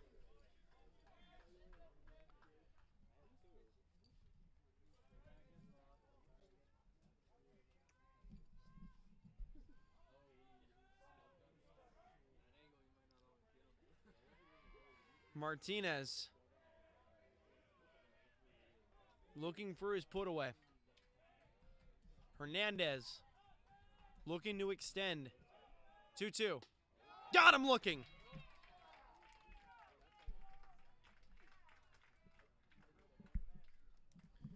Here now is Joaquin Stewart, who's 0 for 2.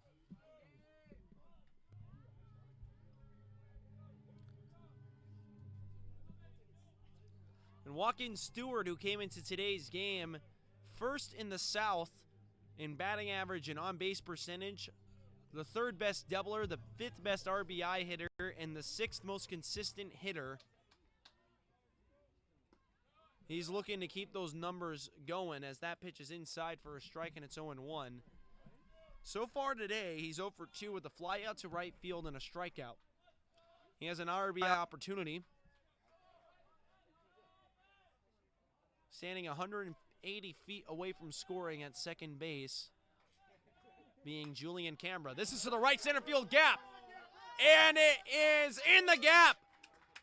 Could be extra bases. It's an RBI, and the throw kicks away from short. So Stewart got the RBI double that he wanted. And that ties this game.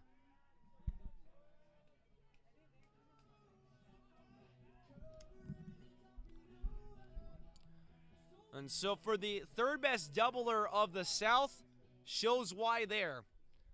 This Renegade team, just as a whole, with great opposite field approaches, you saw it there in the right center field gap. That ties this game at 6. And now Max Matai with an opportunity here to try and break the tie.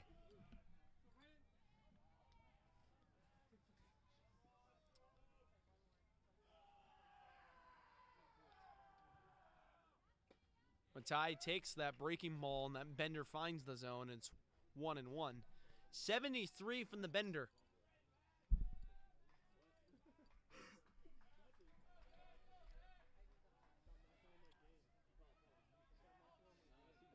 Martinez checking Stewart at second. Here it comes. Center field. Biggest part of the yard. All the way back to the warning track over the head of the center fielder, Alcantar. Matai round second, heads to third. It's an RBI. Triple. We'll wait for the official score. It's going to be called a base hit. It's an RBI triple. The Renegades with their 2nd RBI triple of the day. Give it to Max Matai, the 2nd one. And that breaks the tie. It's 7-6.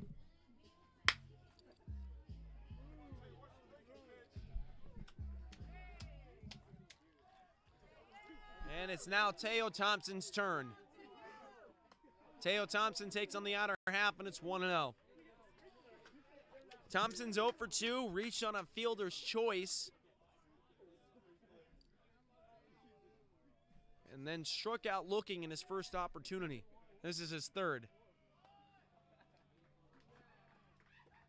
Shows bunt and gets the pitch on the outer half, so he pulls back, and it's 2-0. Now the catcher Flores is going to go talk to the pitcher Martinez, make sure that their signs are all correct and they're not cross-referenced here. Also maybe to just get a feel for what Martinez feels comfortable throwing and in what locations. Martinez had the lead heading into this bottom end of the fifth, but now has surrendered 4 runs and the lead. And hasn't been particularly great efforts on the mound so far to begin this game for either team. Both starting pitchers would probably like a redo.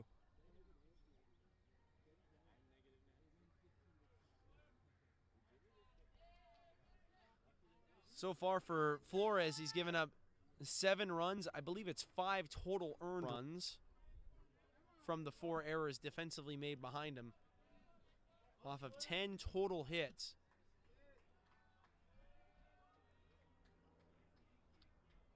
And for Matthew Anderson, 6 total earned runs off of him. That's into left, and it is caught in left by Gabani to end the inning. The Renegades, though, would score 4 of them, not entirely matching the total in the top of the 5th, scored by Gavilan, but an effort that puts the Renegades again in the lead by 1 run this time. 7-6 the score. We'll be back in 30 seconds.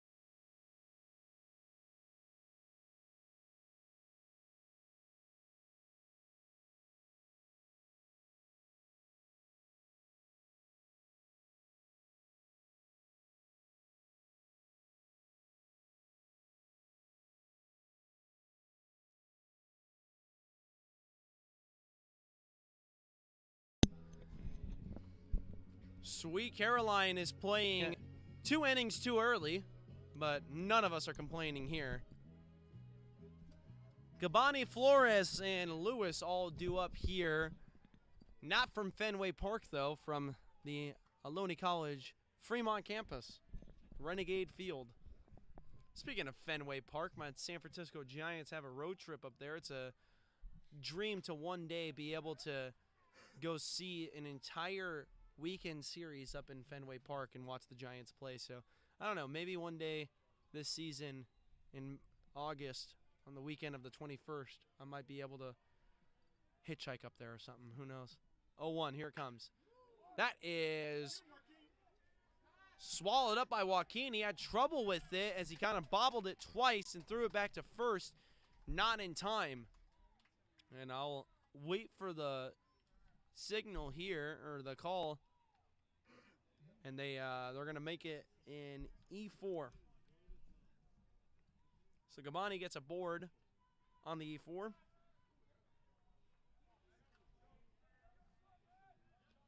And that's how this top end of the 6th inning is going to work, or going to start. Dane LeBlanc still pitching. Here now is Flores. Outside for a ball.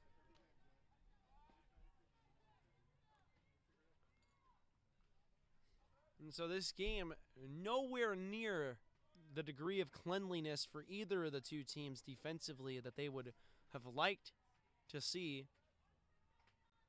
And now it's really up to the Renegade bullpen to try and keep this lead intact for the Renegades. Just a 1-run lead for now.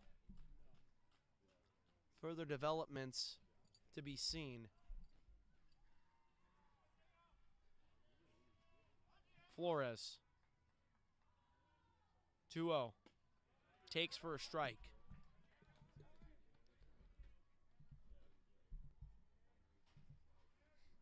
Going around the league one more time here. First starting with Monterey Peninsula, who have erased the 2-run deficit at West Valley and now lead 3-2 in the bottom of the 7th. This is popped up to right, and it's made by Teo Thompson. A flip back to first base, not in time to double him up. But a good job there by Teo Thompson, recognizing the situation, trying to get him. That's actually, is that Emmett? That is Emmett Johnson out there. And so that wasn't reported to us. Emmett Johnson in right field now. I believe that would mean that Teo is in center, but I'll take a look in a moment.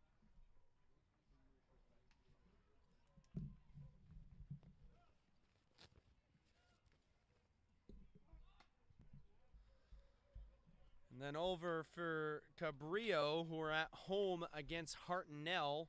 They are in the lead 5-3. That's going to be a very interesting series.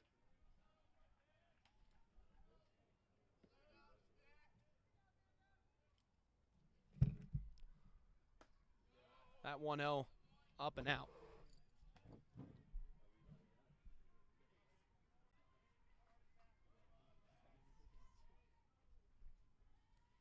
So Medina's in left and Teo is indeed in center field. So I've figured out your tricks, Coach Curran. Figured out your methods this season. 2-0. In there for a strike, and it's 2-1.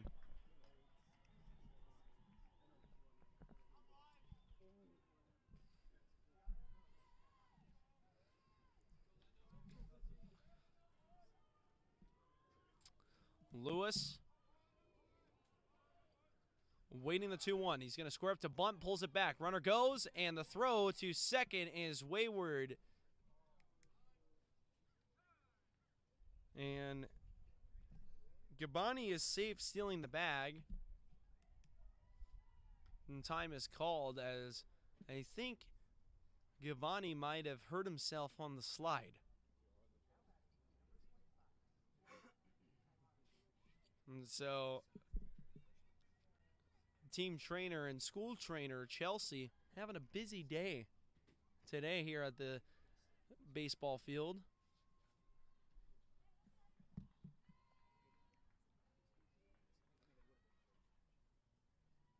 They're going to talk to Gabani, and Matai is going to go talk to LeBlanc. And I wonder actually if maybe the throw from Matai somehow found a way to Gabani, as that ball did kind of kick away from second base a little awkwardly, and Chewy Vasquez, who's very sure-handed, if he would have even had a chance to try and keep it in front of him, he usually always does. And so I wonder if maybe Gabani and the ball might have collided at all. I didn't quite see the ball landing, so I can't, that's just speculation at this point. You never want to speculate with these type of things, especially with injuries. You just hope that the guy is okay over there, especially in this league, in the 3C2A, where, the grim reality is a lot of these guys could be on their last legs of their baseball careers, and we hope not. But that's the truth, unfortunately, and injuries are one of the biggest ways of that happening. And so we hope every single guy who gets on to the diamond is safe and sound.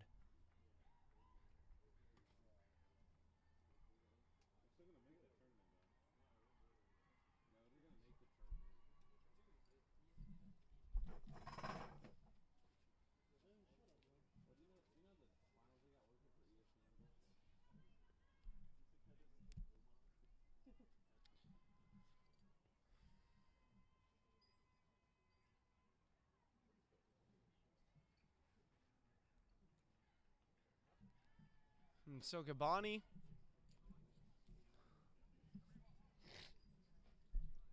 seeming to be all right. Going to put his helmet back on and step on top of the bag. And LeBlanc is going to get a few pitches just to get re-loose again. And then after that, we're ready to go.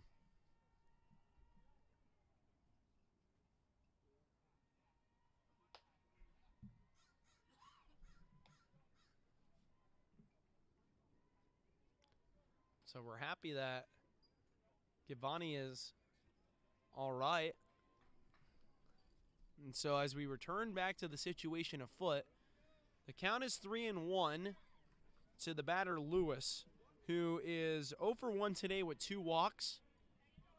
And a runner at second base being Gabani, 180 feet away from scoring and tying this game, 1 out in the inning. Here comes the 3-1. That misses the zone, and it's ball 4.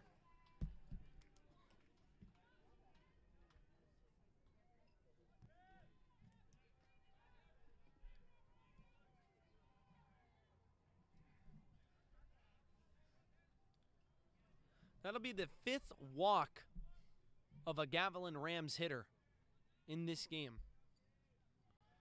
They're doing a good job with pitch selection.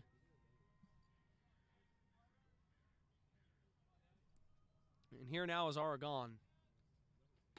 Swung on and missed on the outer half.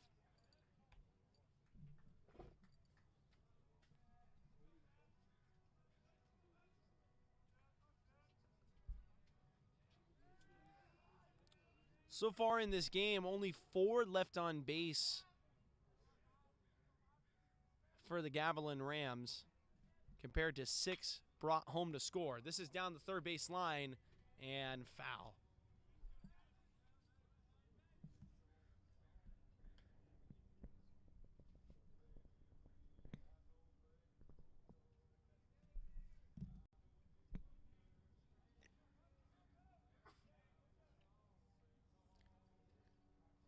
And so now the 0-2 getting ready to come home again from LeBlanc. Checks the runner at second. Now delivers. Outside and missing the zone, and it's 1-2.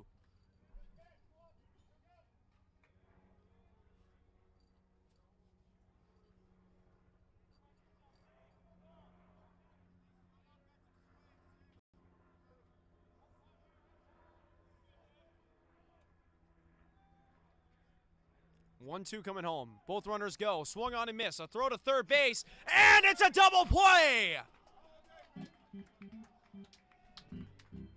That ends the inning. Aragon swings and misses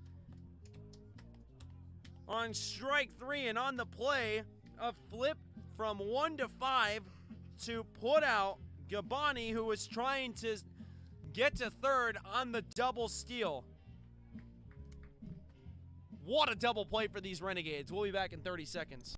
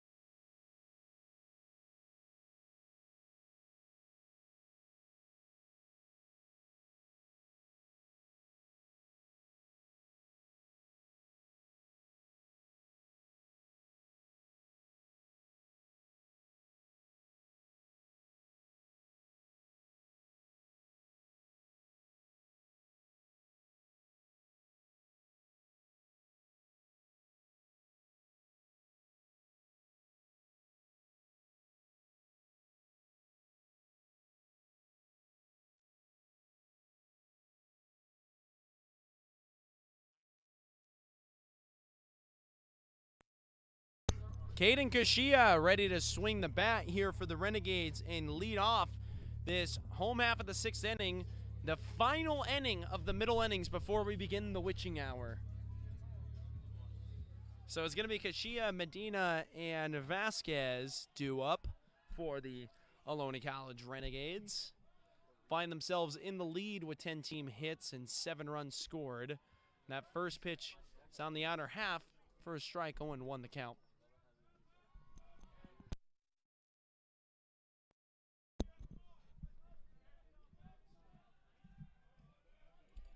A 1 bounces.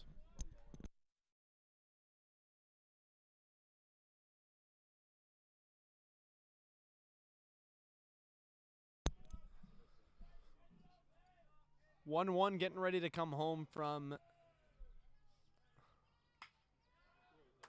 the new pitcher. That's a jumping play made by Huerta.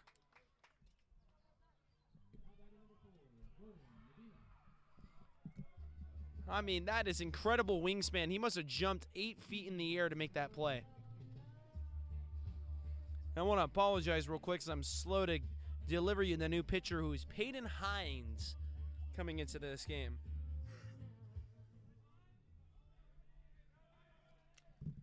As Hines has an 8.10 ERA, 0-1 on the season, making his 6th appearance through 6.5 innings pitched, 6 hits, 12 runs, 6 earned runs, so his defense is really snake-bitten him.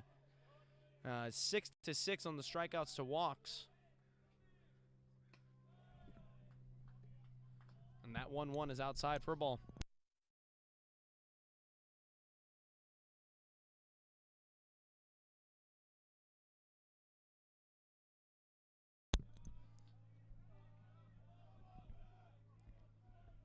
One-0 coming home. Or 1-1 coming home, that's to the right side, and it's going to be made in right field by Gilbreth for the second out of the inning. Here now is Chewy Vasquez.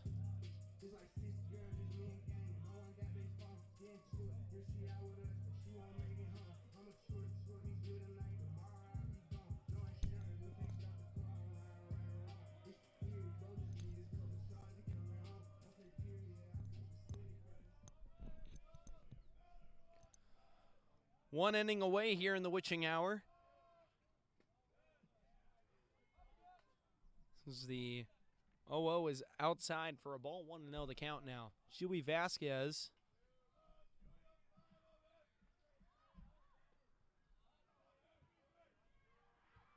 Waits his 1-0. Here it comes. In there for a strike.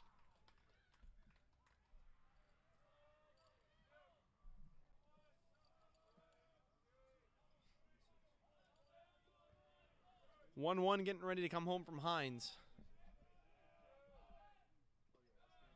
That bounces, and it's 2-1.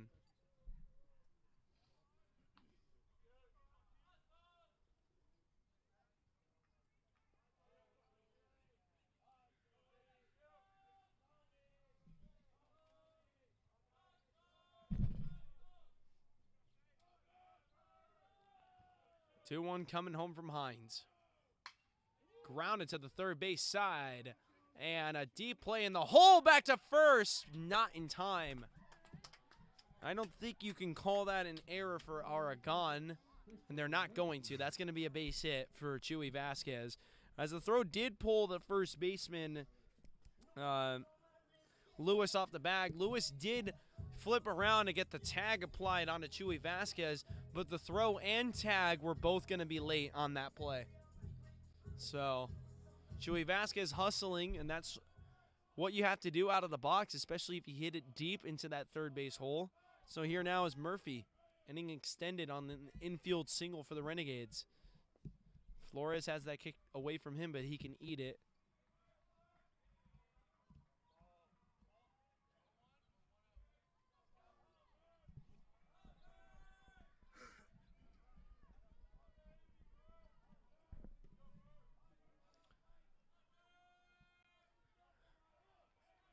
One 0 coming home. Outside for a ball, and it's 2-0.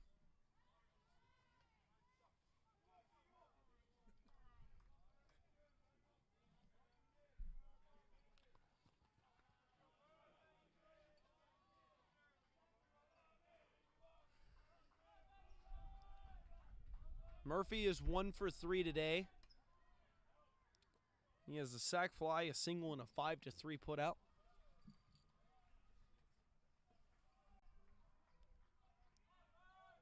His single stranding him and Vasquez.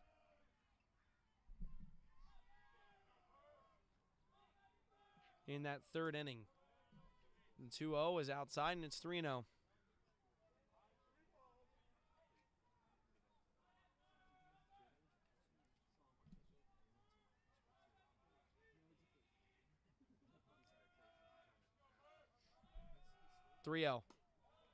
Up and out, or up and in, too far in. Now batting number 22, Julian Cambra. 2 runners on now for Julian Cambra.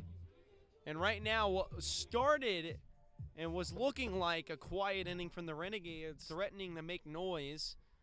And we're going to have a mound visit. We'll take a quick break.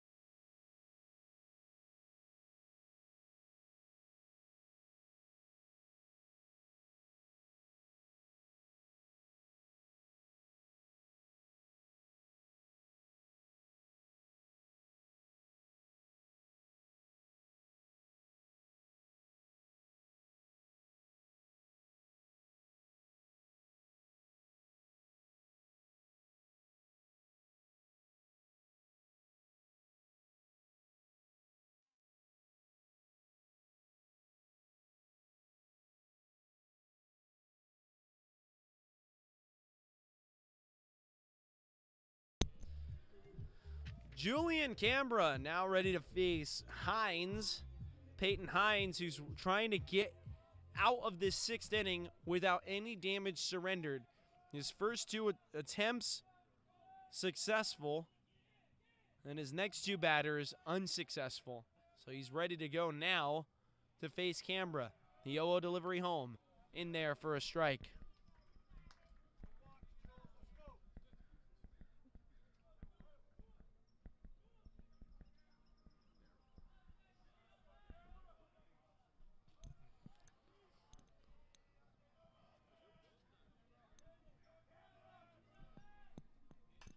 Popped up to the right side and fouled.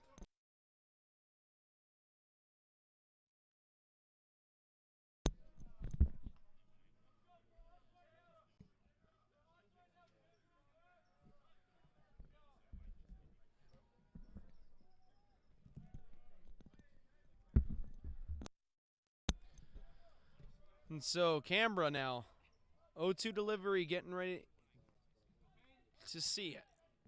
Hines ready to deliver. Checks the runner at second. Checks again. Now kicks and deals. Foul to the right side.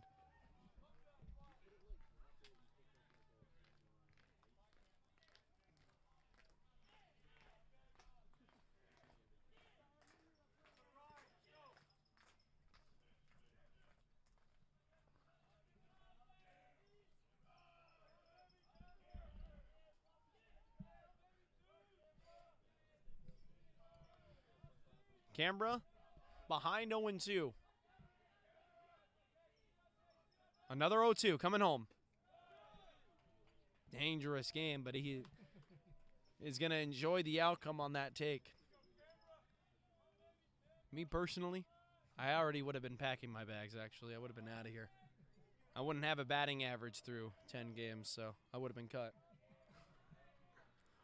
1-2 ready to come home. That's strike 3 called. Renegades will strand 2 of them. They have total of 5 left on base.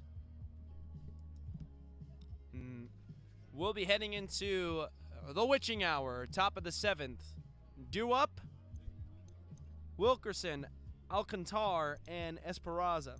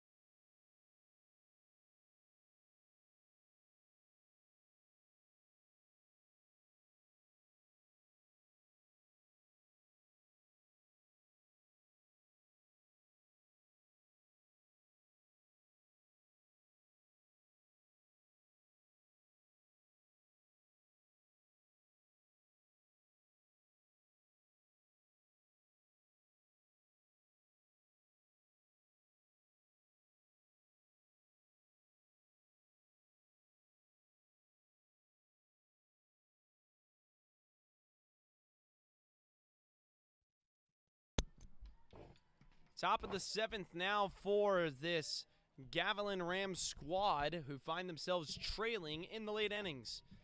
First half inning of the late innings in this game.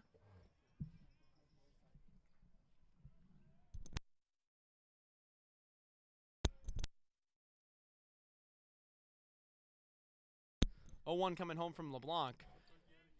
Inside, and it's 1-1. Dane LeBlanc beginning his 3rd inning of work. Came in the 5th after the starter, Matthew Anderson, gave up a 2-run homer and a 6 spot in the 5th inning.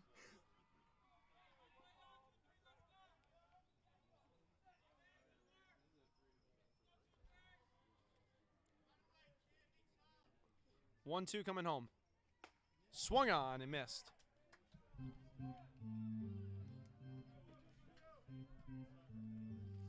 And for Wilkerson, it's a really rough day for him, a day to forget. It's going to be his 4th time striking out in this game. And this is a bit odd, as Coach Nick Sanzeri and Coach Mike Curran, along with the company of the home plate umpire, are going to go out and talk to Dane LeBlanc. And there's going to be a pitching change. So that's going to end it for Dane LeBlanc. I believe it's 2 total innings of work for him on the putouts. And he will go into the dugout happy with himself. 2 total innings of no damage surrendered. We'll have a new pitcher for you after the break.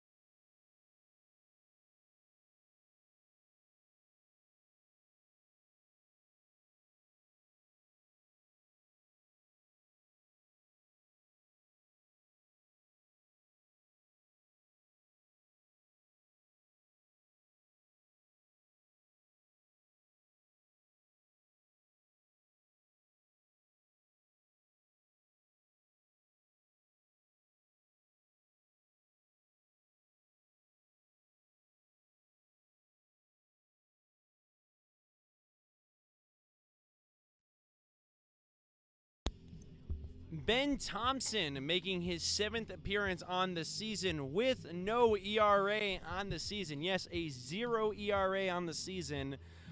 Getting ready to pitch here in the bottom of the 7th, or the top of the 7th, correction, with 1 out already on the board for the Renegades. And for Ben Thompson, he's got 9.5 innings pitched, 3 hits given up, 3 runs. None of them are earned runs.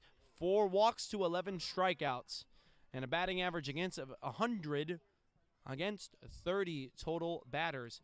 He will be faced up against Alcantar and Esperanza's spot.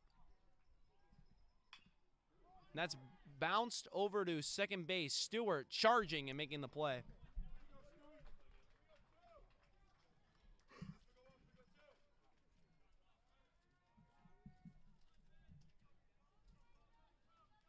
So now there are 2 out.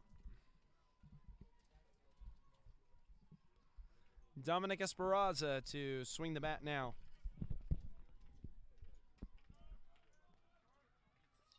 Struck out and grounded out. 0 for 2 today.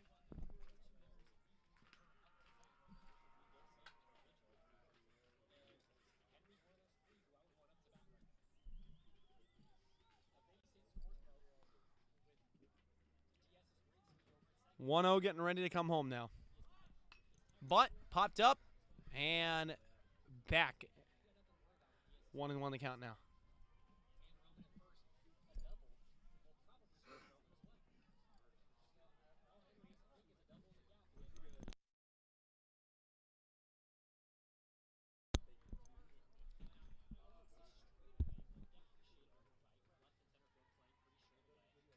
One and one the count now. In there for a strike, 1-2. Oh, he missed. 2-1 correction.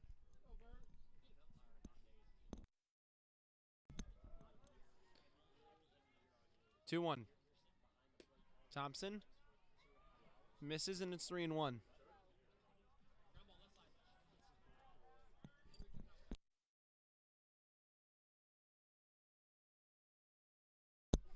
And so Ben Thompson now 3-1 the count. Here comes Esperanza. In there for a strike and it's 3-2. Esperanza thought he had ball 4. Count is run full.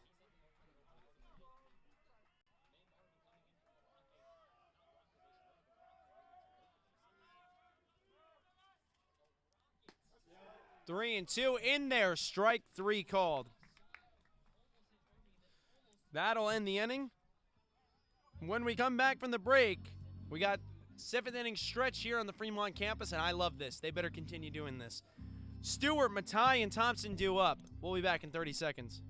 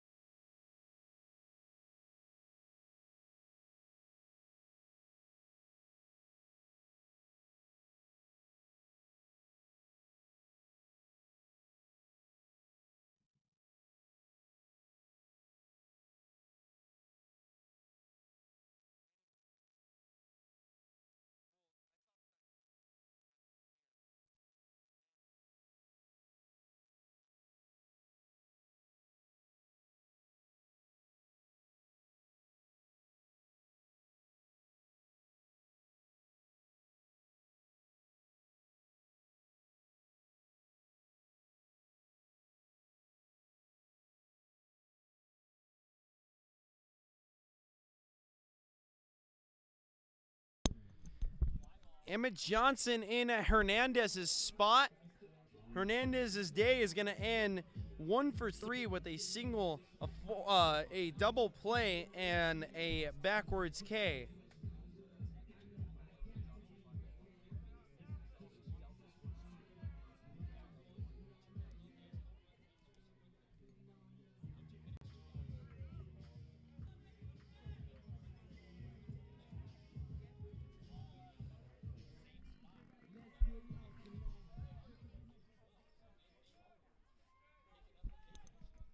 So Emmett Johnson ready to face Hines.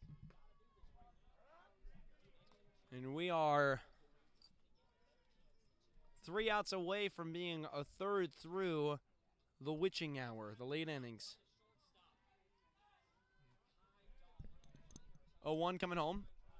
In there for a strike, Johnson behind 0-2. For Emmett Johnson this season, wow, he's batting at 156. Does have a homer and 8 RBI. He was having a better season for a while up until very recently, and that's going to be strike 3, and that was a swing that just broke down completely from him. I mean, you hate to say this, but that was an ugly one.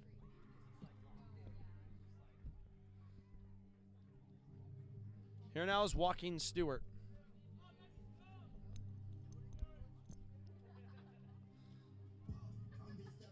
Jeff Greenberg, being Drew Greenberg's father, watching in from Southern California, and then Annie Matai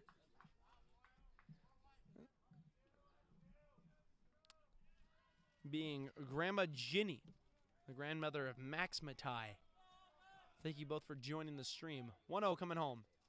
Out in front is Watkins Stewart. Stewart had himself an RBI double in his last opportunity, and Matai, who's due up after him, had an RBI triple. That was part of a 4-run fifth inning that put the Renegades ahead by a run. Here, 7-6 the score.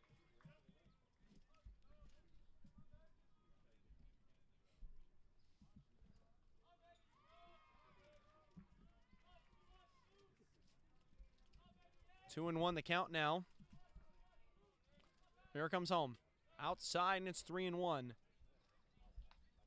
And so over at West Valley now, the Monterey Peninsula Lobos find themselves 3 outs away from a victory. 5-2 in the top of the ninth. A chance for them to continue scoring.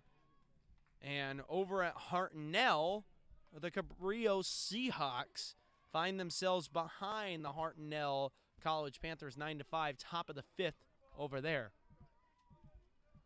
And so those games have been flipping and flopping back and forth. A lot of drama. No different than what we've seen here.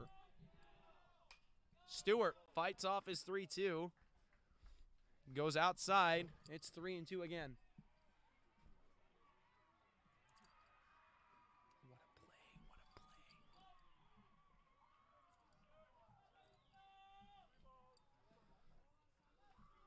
What a play. 3-2 the count. Once again. To Walking Stewart. Here it comes. Inside. Got him looking. Walking Stewart doesn't like the call, but it's 3 straight strikeouts for Hines now. 2 looking, 1 swinging. Here now is Matai. And over at the softball field, we have another 1-run margin there. It's 6-5 in favor of Monterey Peninsula against our Ohlone College Lady Renegades. And the Lady Renegades would be heading into the 7th down by a run. So it's their final inning of play.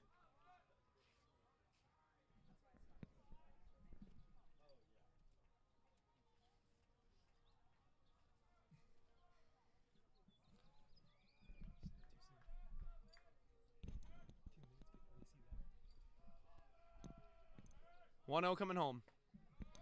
In there for a strike.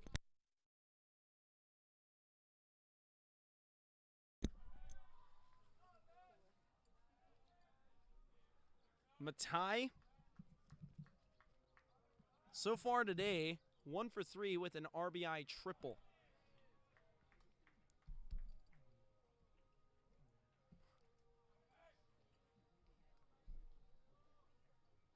Two and one, getting ready to come home. Swung on and missed, and it's 2-2.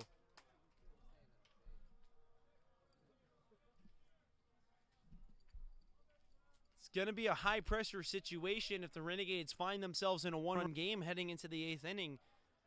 Matai with a chance to extend this inning if he can find a way aboard. 2-2 coming home outside, and it's 3-2, and the count has run full. The Renegades will be happy that they're putting up pretty lengthy at-bats as far as pitch count is concerned, but would not like to be set down on strikes. And Matai is going to walk on a pitch outside. And it's been the game of 2-out rallies, really.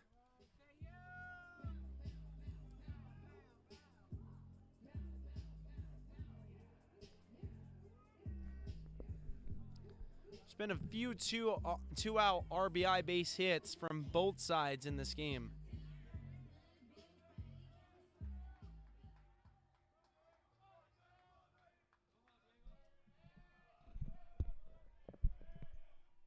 Teo Thompson takes on the outside, and it's 1-0.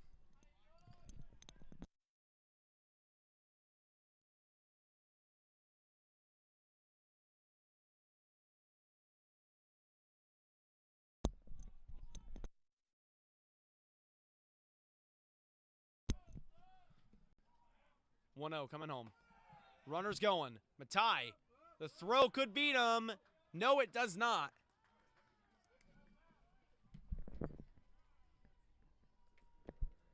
And I mean, for Matai, just off the eye test alone, I was thinking to myself, he's going to have a very hard time to try and beat that throw. He finds a way to do so and puts himself in scoring position. And that's key because Teo Thompson is ahead 2-0. So Teo is going to get an opportunity here to try and swing at something in the zone. And if he finds grass in the outfield with 2 out, Matai could score. That would be a huge run in this situation. 2-0. Way inside, and it's 3-0.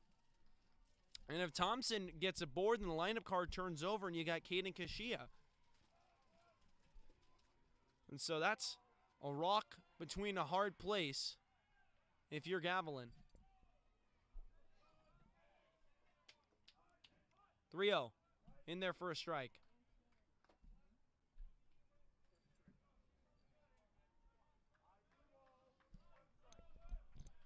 3-1 the count now.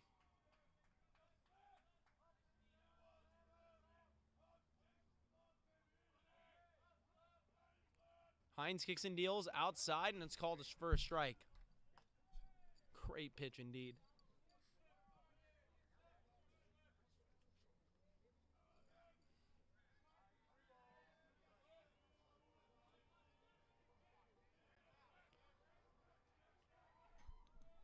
Three and 2 the count. Who wants it more? It's Hines who wants it more. A 4th strikeout for Hines.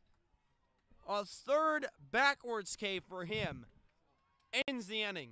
So we'll head into the 8th. Renegades lead by 1 with 11 team hits and an error. And for Gavilan, 14 hits, 4 team errors, and 6 runs. 7-6 the score. We'll be back in 30 seconds.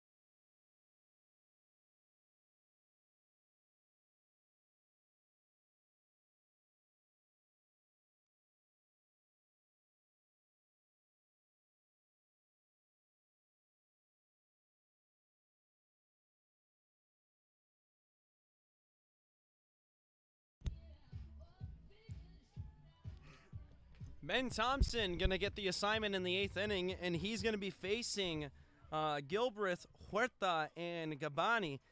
Gilbreth had the biggest swing in the bat of the day for either team. He had a 2-run homer in his last opportunity back in the 5th inning of this game.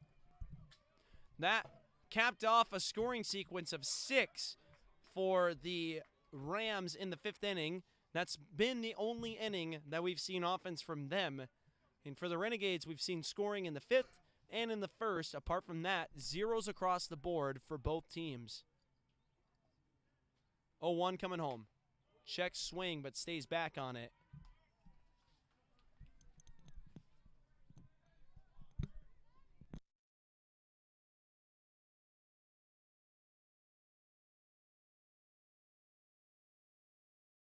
One coming home. Fouled back to the screen.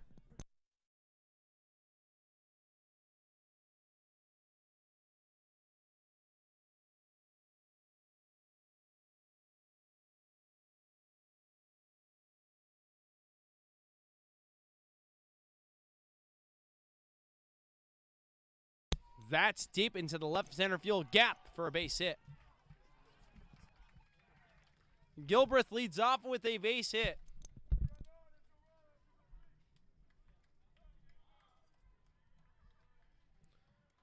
So the potential tying run, 270 feet away.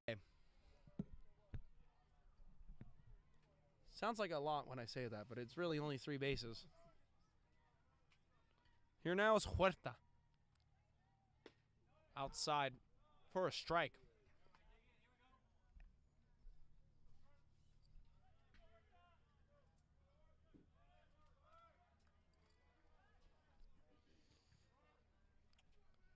Oh, 0-1 getting ready to come home. Outside for a strike, and it's 0-2. Huerta doesn't like the call, but that has been consistent on both ends today. Not entirely a favorable zone if you're a hitter, but very favorable if you're a pitcher. Which is so contrasting because 7-6, it's been a good hitting day for both teams. And Chuy Vasquez takes it the short way himself at second. And the throw pulls Canberra off the bag. I don't think it would have been in time, though. So it's a fielder's choice for Huerta, who gets aboard. And you're going to mark the decision a 6 unassisted.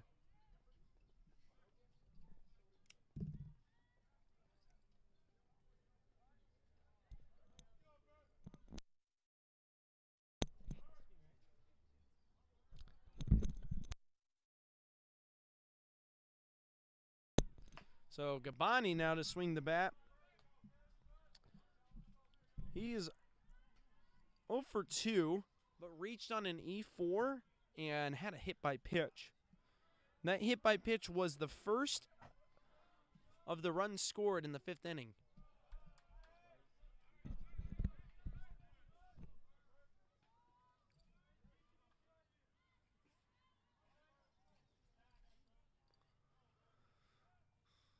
And so Ben Thompson now with his 2-0 delivery getting ready to come home. He kicks and deals way inside there, and it's 3-0 now.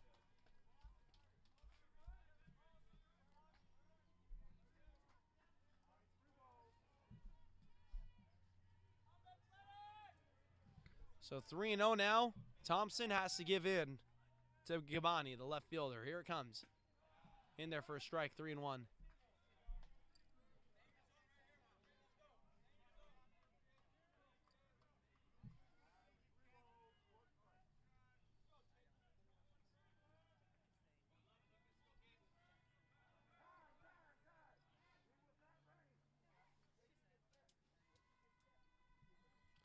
And Ben Thompson going to get the same warning that Anderson got as home plate umpire screams, time, time, time.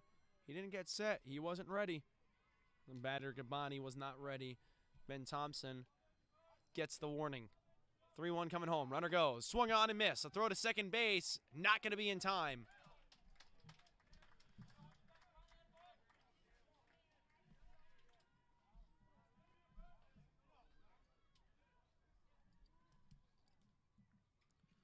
And so now Gabani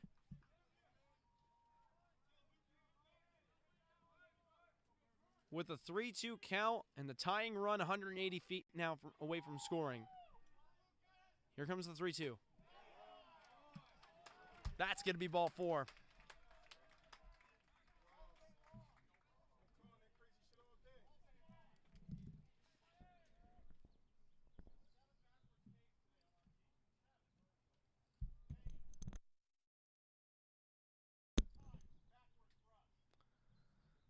And Coach Curran not appreciative of that call and making that very known.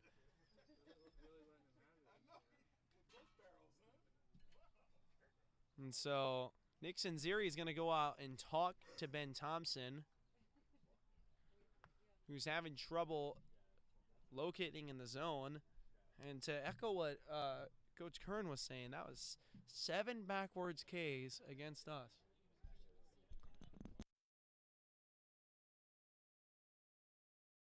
So we'll take a quick break here as the mound visit happens.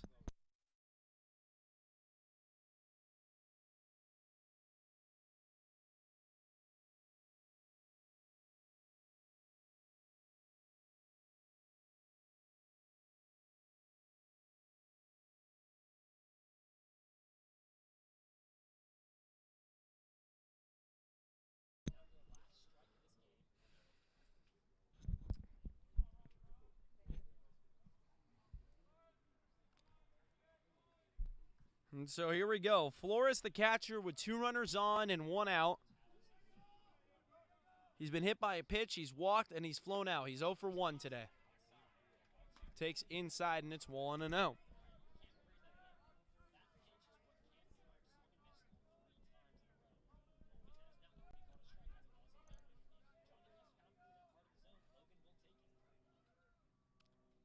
One 0. High and inside.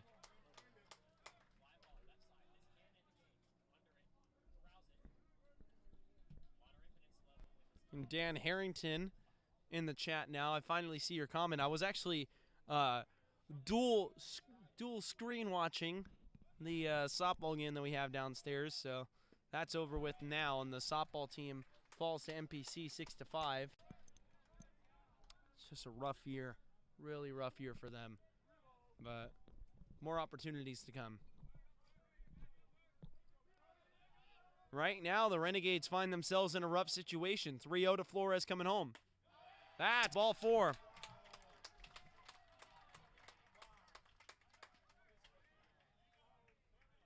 And Coach Curran's going to come out. And, I mean, the frustration that you're seeing, I mean, he's not very demonstrative. He's not showing his frustration, but when he's not demonstrative is when he's angry. Definitely towards an inconsistent zone as he sends a death stare a little bit over to the home plate umpire. And, I mean, Coach Curran, as old school as it gets, he's not going to put any pressure on anybody necessarily. He's just going to tell his guy, hey, just find the zone and execute. We'll be back in 30 seconds after this quick break.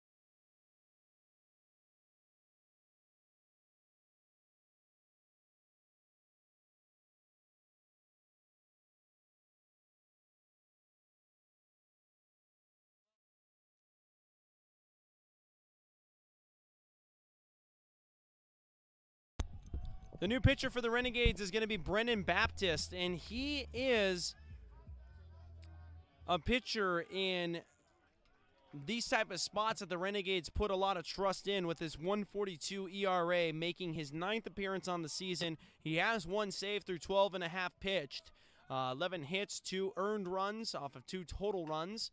And that's bounced over to Stewart. Stewart tags the runner at second, and the runner is safe at second as the tag wasn't applied. A throw to first base in time for the out, but on the play, the runner from third base, being Huerta, comes around to score.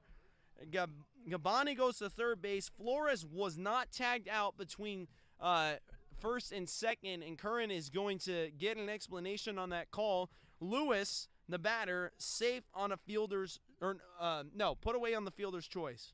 4-3. So there will be 2 out in the inning now.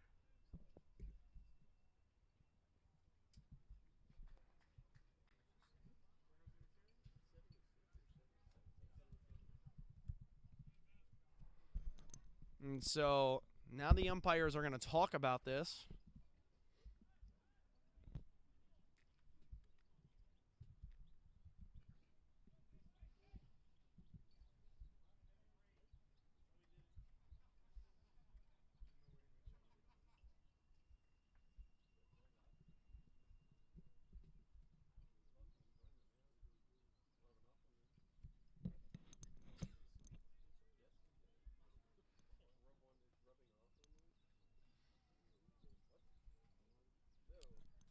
This is going to be a very long conversation here.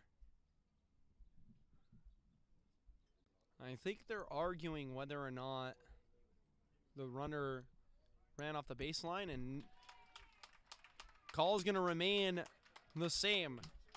Safe between first and second, heading to second, and the Renegades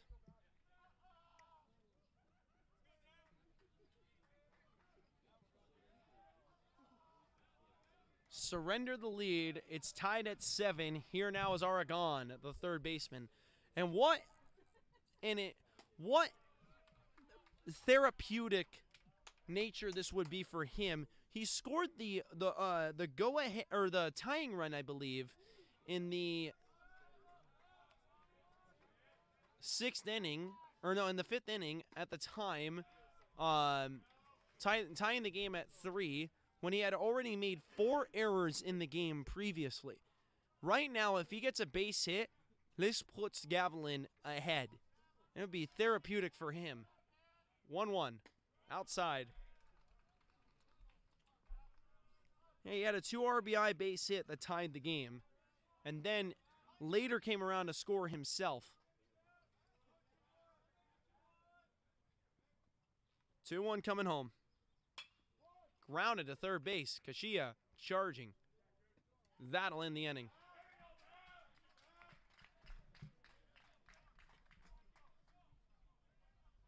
So a little bit of drama for the Renegades as they find themselves now tied at 7. And we're going to go around the league one more time here.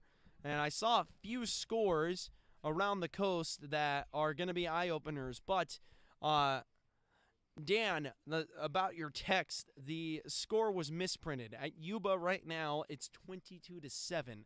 But on the screenshot Dan sent me, somebody clearly made a mistake, making the score 120-3. That was hilarious to look at.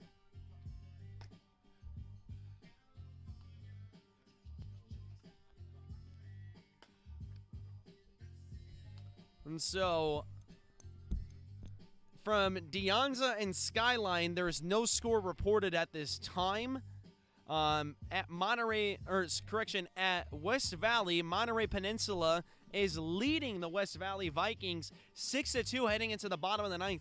The reigning defending champions of the South, representing the South twice in the state championship in the last 2 years, are now 3 outs away from starting 0-2 on the season in the South. Wow, what a shocker. Hartnell dominating against Cabrillo right now, 13-5 in the 7th inning. And you want to talk about domination? San Mateo, City College, 29. City College of San Francisco, nothing. Top of the 8th.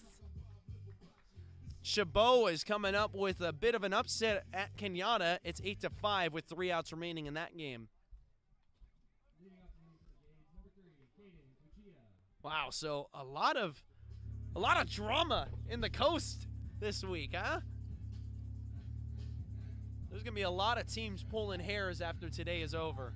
And whoever ends up falling in this game will definitely be pulling hairs. Kachia, Medina, and Vasquez all due up here in the home half of the 8th inning for the Renegades.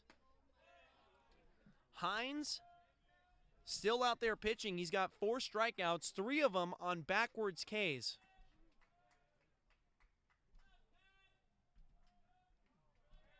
(1-0) outside, 1-1.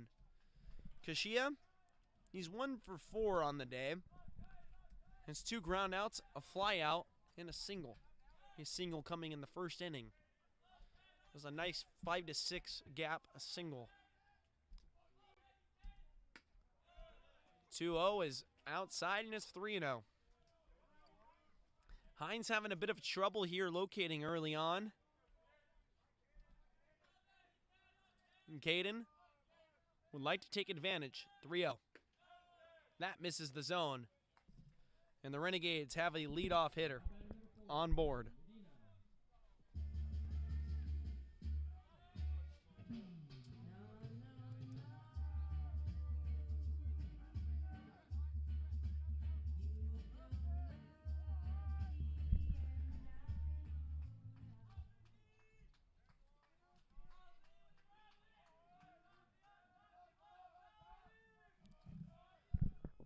So far today for the Renegades, they've only had one leadoff batter who has reached base to not score. That was back in the 3rd inning when Chuy Vasquez led off getting a board on an E5. Every other time a leadoff hitter has gotten a board, they've come around to score eventually for the Renegades. And so that's 2 for 3 for them in that regard.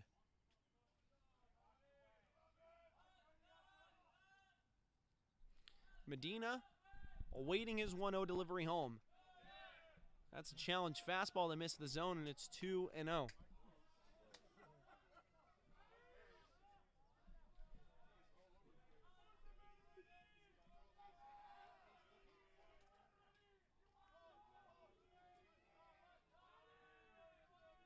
Coming home. In there for a strike.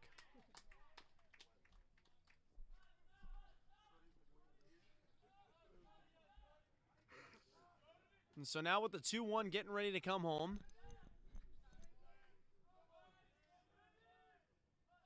A little snapback throw to pick off Kashia.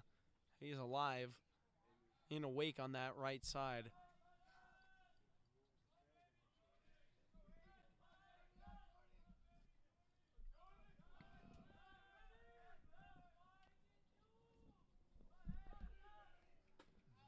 That 2-1. Missing. 3-1 the count.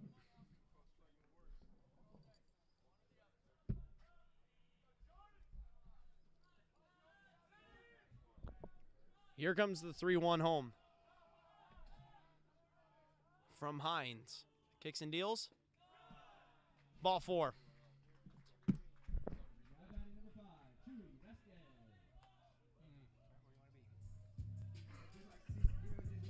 Chuy Vasquez to swing the bat now with 2 runners on and none out. Golden opportunity for the Renegades, and Gavilan is going to talk about this real quick. As you never, ever really have a good spot to face Chuy Vasquez, who in the state rankings is 1st in triples and 6th in RBI. In the South rankings, 1st in triples, 2nd in RBIs, and in hits and at-bats, 3rd in batting average and extra base hits, including doubles. Now, this is a top 3 hitter in many major hitting categories.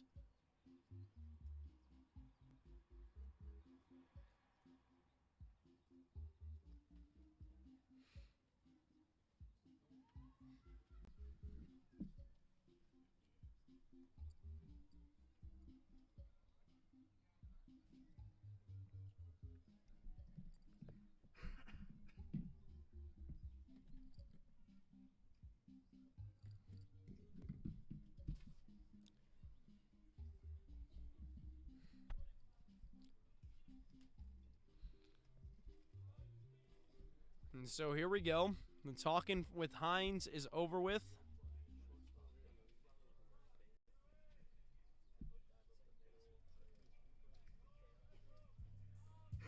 And Chuy Vasquez is ready to swing the bat now. 2 runners on, none out.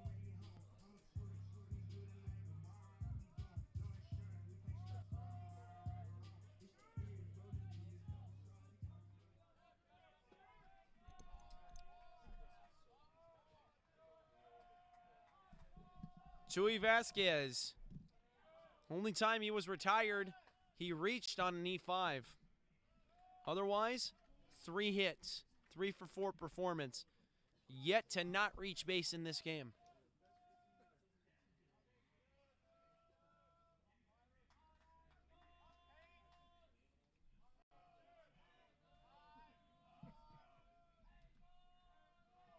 Oh, 1 coming home, snapback throw to second base.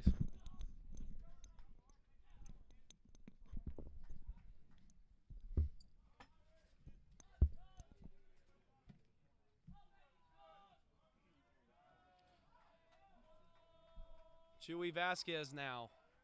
A 1 delivery getting ready to come home. He kicks and deals, and it's a bunt for Vasquez. Both runners are going to be safe. Vasquez thrown out on a 1-3 put out. Good job by Hines.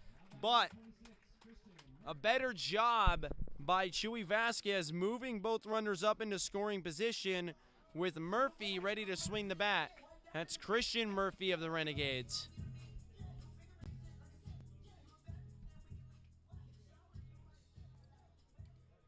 And Christian Murphy has 9 RBI on the season.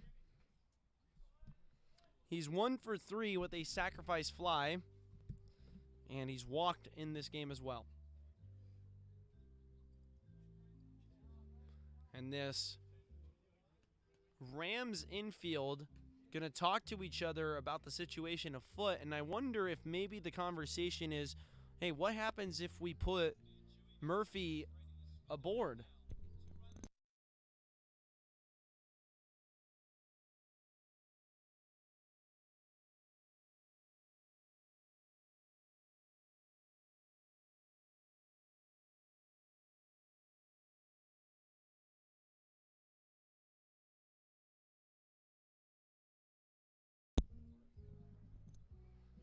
Yeah, I wonder if the conversation is whether or not they put on Murphy. They would have Canberra do up afterwards, but they would have any bag with 1 out. That would be the situation for them, but here we go.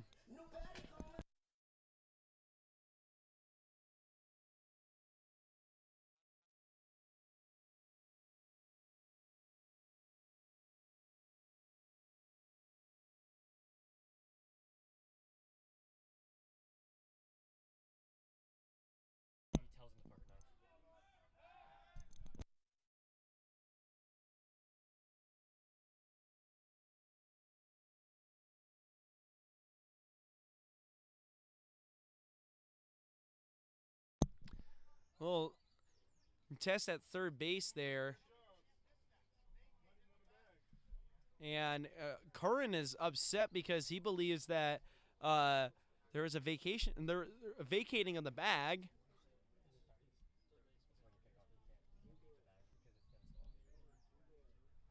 And now Curran is arguing because he believes that there was a balk that was just missed.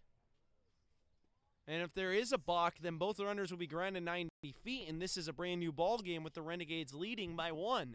It's a tie game at 7, so the umpires are going to talk about it here. This is very rare that these type of calls get overturned. But Coach Curran has been hot all day long. And it's a balk!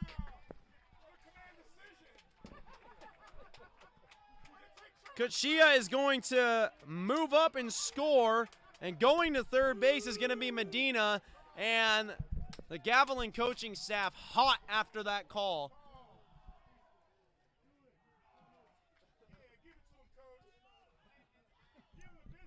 And right now, this Gavilan coaching staff is going to get their money's worth. It's Rob Sanchez out there, the head coach.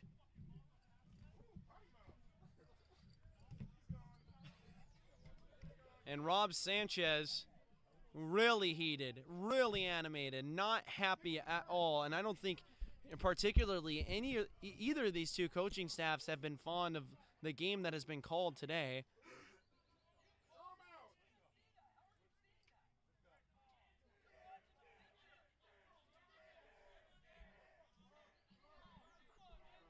And I would say this umpiring crew now needs to take control of this game, but I think they've lost control of this game long ago. So it's Christian Murphy's time now. After the balk, a run scores and it breaks the tie. It's 8-7 now. And I mean, if you're a Rams fan, you're really frustrated about that. But there's a lot of frustration in the way this game has been called on both ends. I'll leave it at that and move on from now, as the 0-0 is way inside and it's 1-0. Here comes the 1-0 home. Outside for a ball. Wow.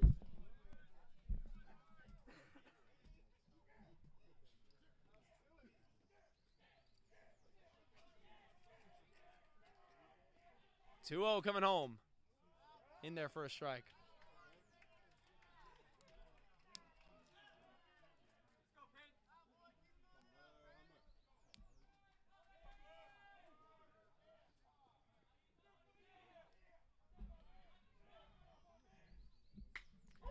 Left field and deep.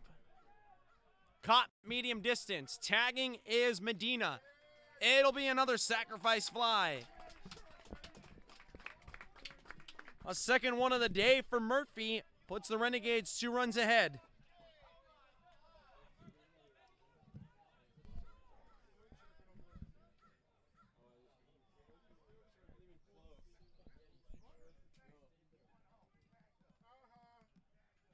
And the Gavilan Rams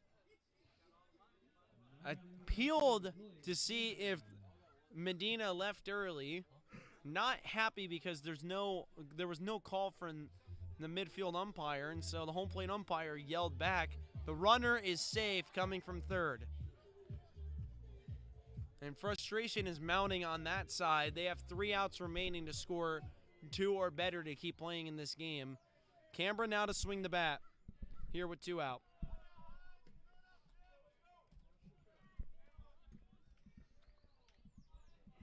So, I mean, we'll see if that does amount to anything.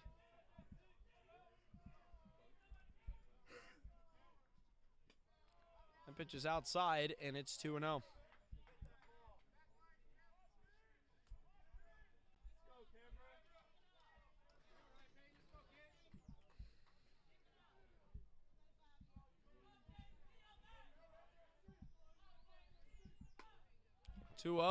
Outside for a ball again, and it's 3-0 now.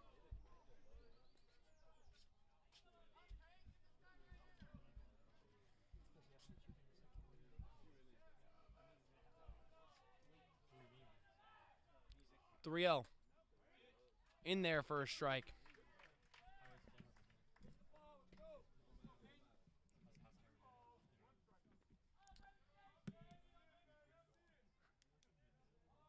And so Canberra now 3-1, getting ready to come home. Inside, strike called.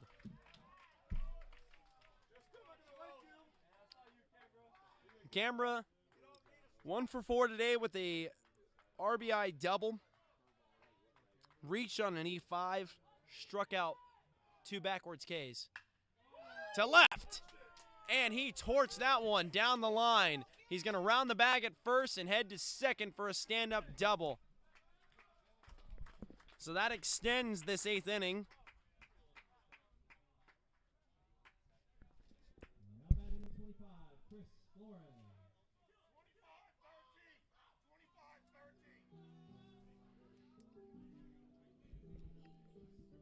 And coming in, instead of Emmett Johnson, it's going to be number 25, Chris Flores. Chris Flores batting at 250.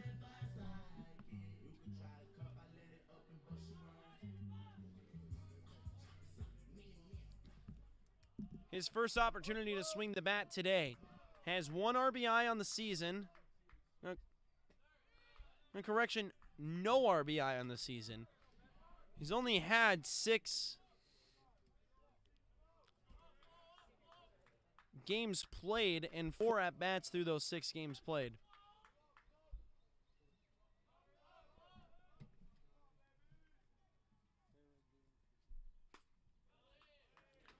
That 1-0 is outside, and it's 2-0.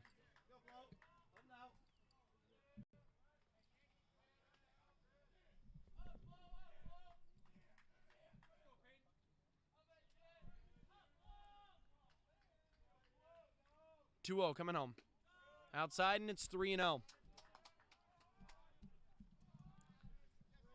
Joaquin Stewart on deck. If he would have the opportunity to swing the bat. Looking like it. With this 3-0 delivery coming home from Hines.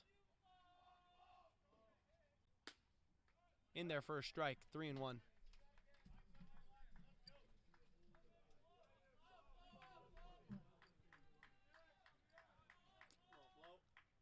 Three and 1 the count now.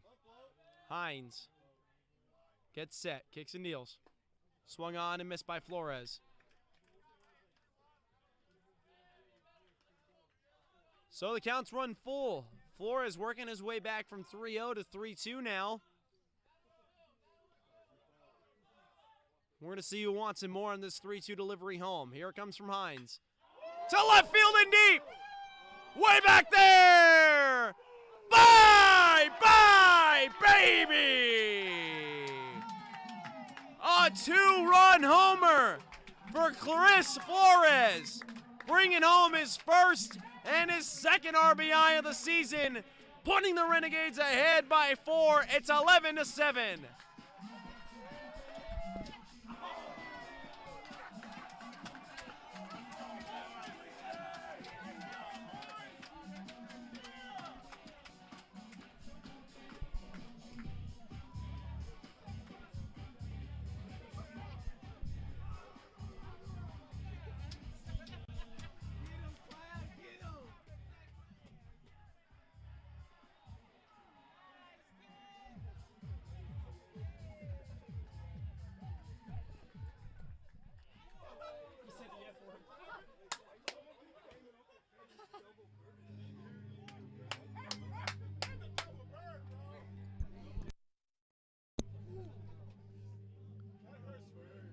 And this Gavilan coaching staff, if you can see it happening in front of you, not particularly fond of the game called here by the umpiring crew.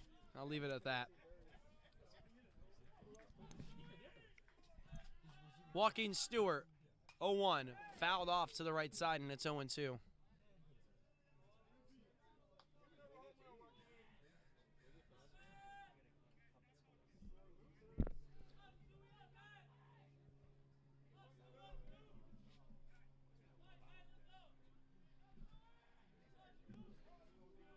O2 coming home. And it's up the middle. And it's going to kick away from everybody. Wait for the official score. And that's going to be a base hit. An infield single for Joaquin Stewart. Here now is Max Matai. And now Rob Sanchez is going to take out Hines, the pitcher.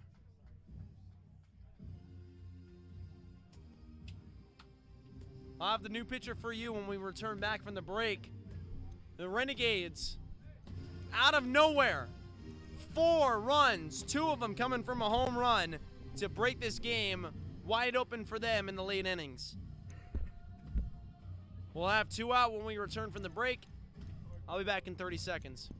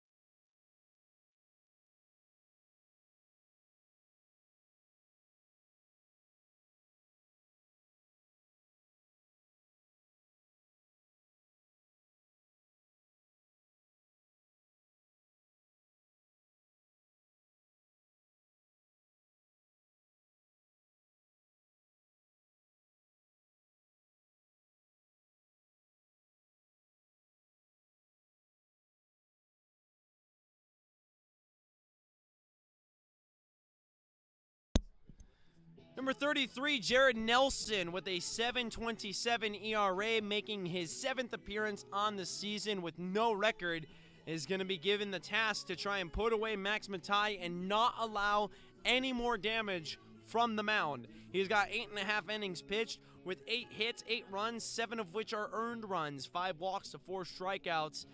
Batting average against of 235 against 34 hitters. His 35th batter to face being Max Matai. He throws behind Matai, and Joaquin Stewart is going to move up to second. And that does nothing but just stir up the Renegade bench.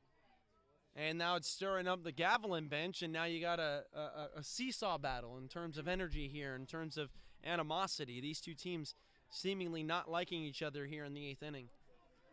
And I would argue because of how tightly contested this game is, they don't like each other at all.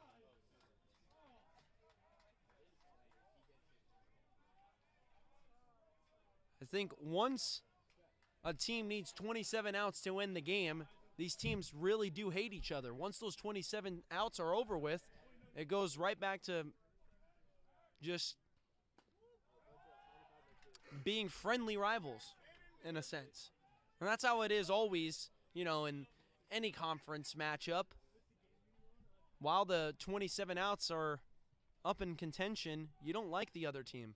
As soon as those 27 outs are over with, you shake hands, move on, and get ready for the next one.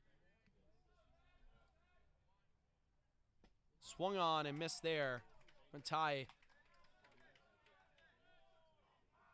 just missing on that 75-mile-an-hour delivery from Nelson.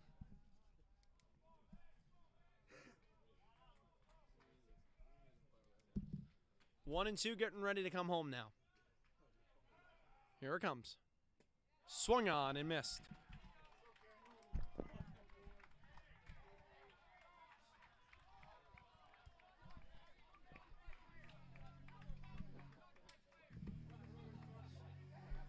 Uh-oh. There's a bit of yelling and a hooting and hollering between the coaching staffs. I'm going to go ahead and take a break because this is too much heat for me and I'm not in a kitchen. So I'll be back in 30 seconds after this break.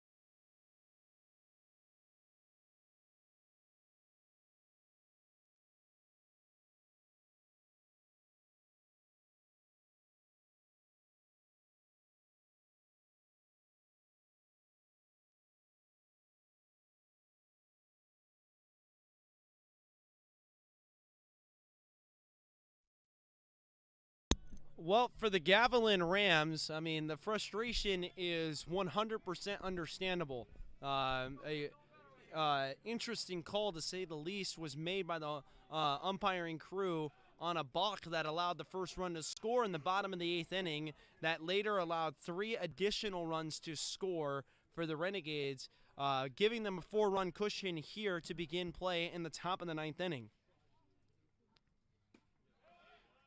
Standing in the box now is Wilkinson. He's going to be followed up by Alcantar and Esperanza. And for the Renegades, 3 outs to produce the win. For Gavilan, 4 or better to keep playing.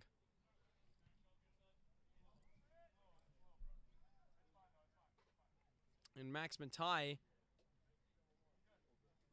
having a bit of an equipment malfunction there on that last pitch, so communicates to the dugout he's all good, he's all good.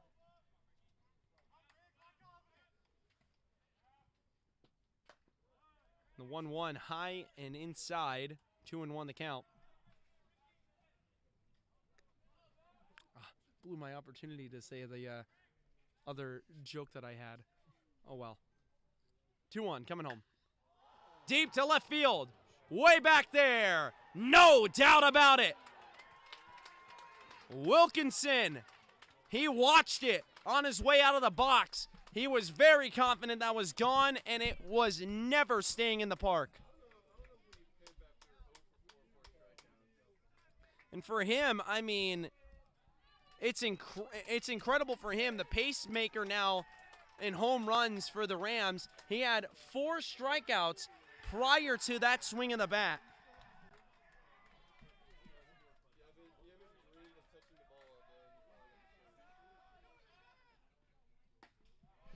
I mean, honestly, one argument is you sit there and you look at it, okay, you had 4 strikeouts. The other argument is, I mean, that's huge in this moment. And so you're going to get good energy here until these final 3 outs are recorded in this 9th inning. And with that swing in the bat, I have a feeling it's a movie. 11-8 the score. Outside for a ball on the 0-2 delivery home to Alcantar. Alcantar playing in center field today. He's 1 for 4 with an RBI single. Grounded into 2 4-3s and struck out. Takes his 1-2 on the outside, and it's 2-2.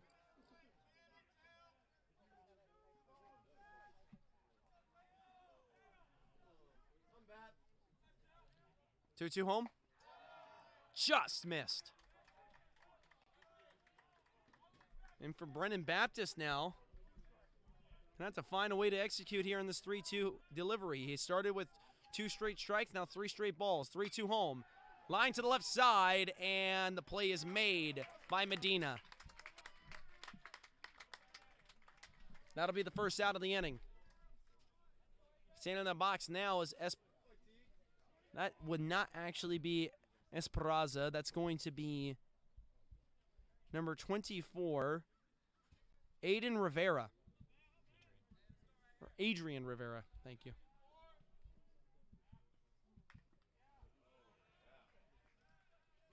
And Rivera gets a piece of it and goes foul, and it's 0-1.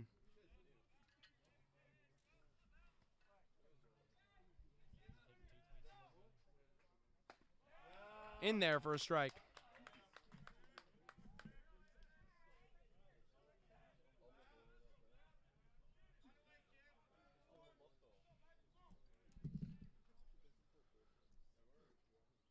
Oh, 2 swung on and missed there.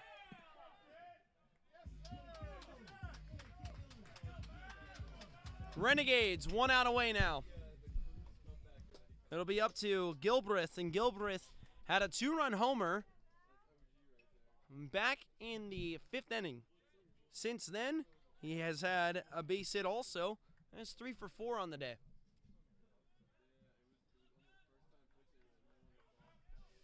Baptist, 0-0 delivery home.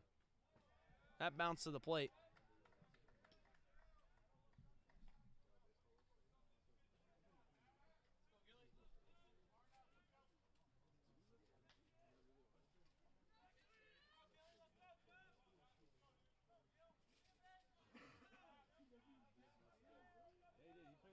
One 0 coming home. Outside for a strike, 1-1.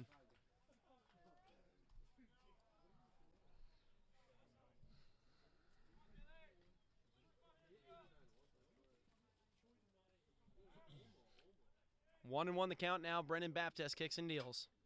That is foul to the right side, and the Rams find themselves staring in front of their last strike of the afternoon. Gilbreth's going to have to find a way to extend this game, either by a pitch or by another at-bat, moving forward. 1-2. Popped up and foul to the right side, so they'll see another pitch.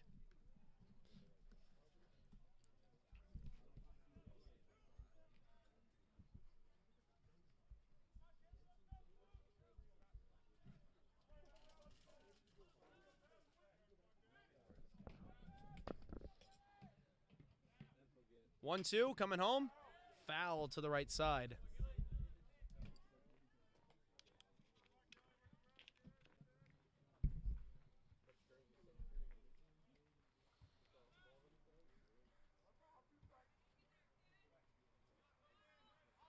1-2 coming home again. To the right side in playable depth. And making the play in right field is Emmett Johnson for the final out of the inning. And so for the Renegades, they're going to start 2-0 on the season in the Coast South. It was not easy. It was not pretty, but the job has been done.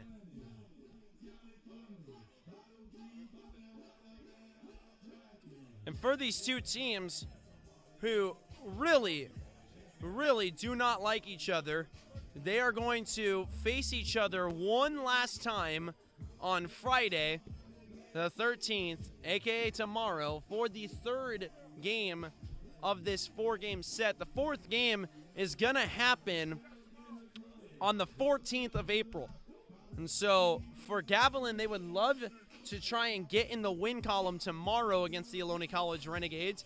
And for the Renegades, they'd like an opportunity to just shut down any potential criticism and any potential question of them not earning this win today by winning again tomorrow. And for the Renegades, 14 team hits, 11 runs scored and an error. For Gavilan, 6 team hits, 8 runs, and 4 errors committed. Those 4 errors, all 4 of them coming from the third baseman Aragon, who did have a frustrating day, but only one of those errors allowing runs to come around to score. So luckily for him, those errors largely just do numbers in for him, and didn't really do his team in very much. And with the bat in his hands, he had a big base hit that kept the Rams in this game for the time being. That happened in the 5th inning. It tied the game, and then he later came around to score the go-ahead run in that 5th inning and was part of a 6-run rally for them. And so they'll be facing the Renegades one last time, as I said. And folks, before we get out of here, I want to quickly give you another quick look around the coast. Right now, Cabrillo, who is 0-1 in the conference schedule, losing to Hartnell yesterday, or on Tuesday, 10-0. It is 16-5 at Hartnell in favor of those Panthers in the bottom of the 8th inning. So the Hartnell Panthers, barring the biggest letdown in baseball history, will be improving to 2-0 on the season and beating the Cabrillo Seahawks. And for the Seahawks, I mean, they had a pitching staff that you would argue looked better than the Renegades heading into Coast play, and now 2 games into Coast play, the script has been completely flipped. Now Hartnell looks like the most legit team. But then also over at Monterey Peninsula, they are now 2-0 themselves. 2 wins against the reigning defending West Valley Vikings, the champions of the South,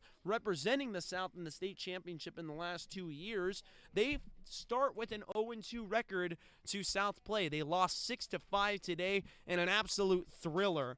And it was another 1-run margin for them. So far, the 1-run margin for West Valley has been the culprit of a lot of losses for them, which is shocking to think about, because you would think, especially with how talented they have, or how talented a bats they have, 1-run margin, they would be able to lock those games up.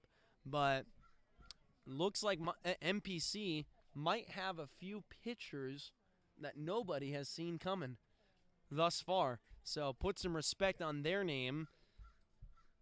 You must the Lobos. And folks, that'll end it for today.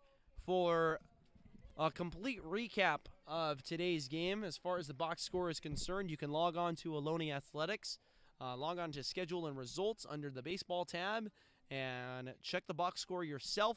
And as I said, if you want, tomorrow is Game 3 of this 3-game set, with Game 4 happening in April to close out the series, the season series. But of this 3-game set, the concluding game will be on Friday the 13th, tomorrow at 2:30 p.m. We'll be back on the air for baseball action on this upcoming Tuesday against MPC. And I have a feeling that is going to be an incredible set. You're going to have a 3-game set that week So the 17th at home against MPC, the 19th Thursday on the road at MPC. We conclude with a Friday afternoon game here from the Fremont campus on the 20th against MPC.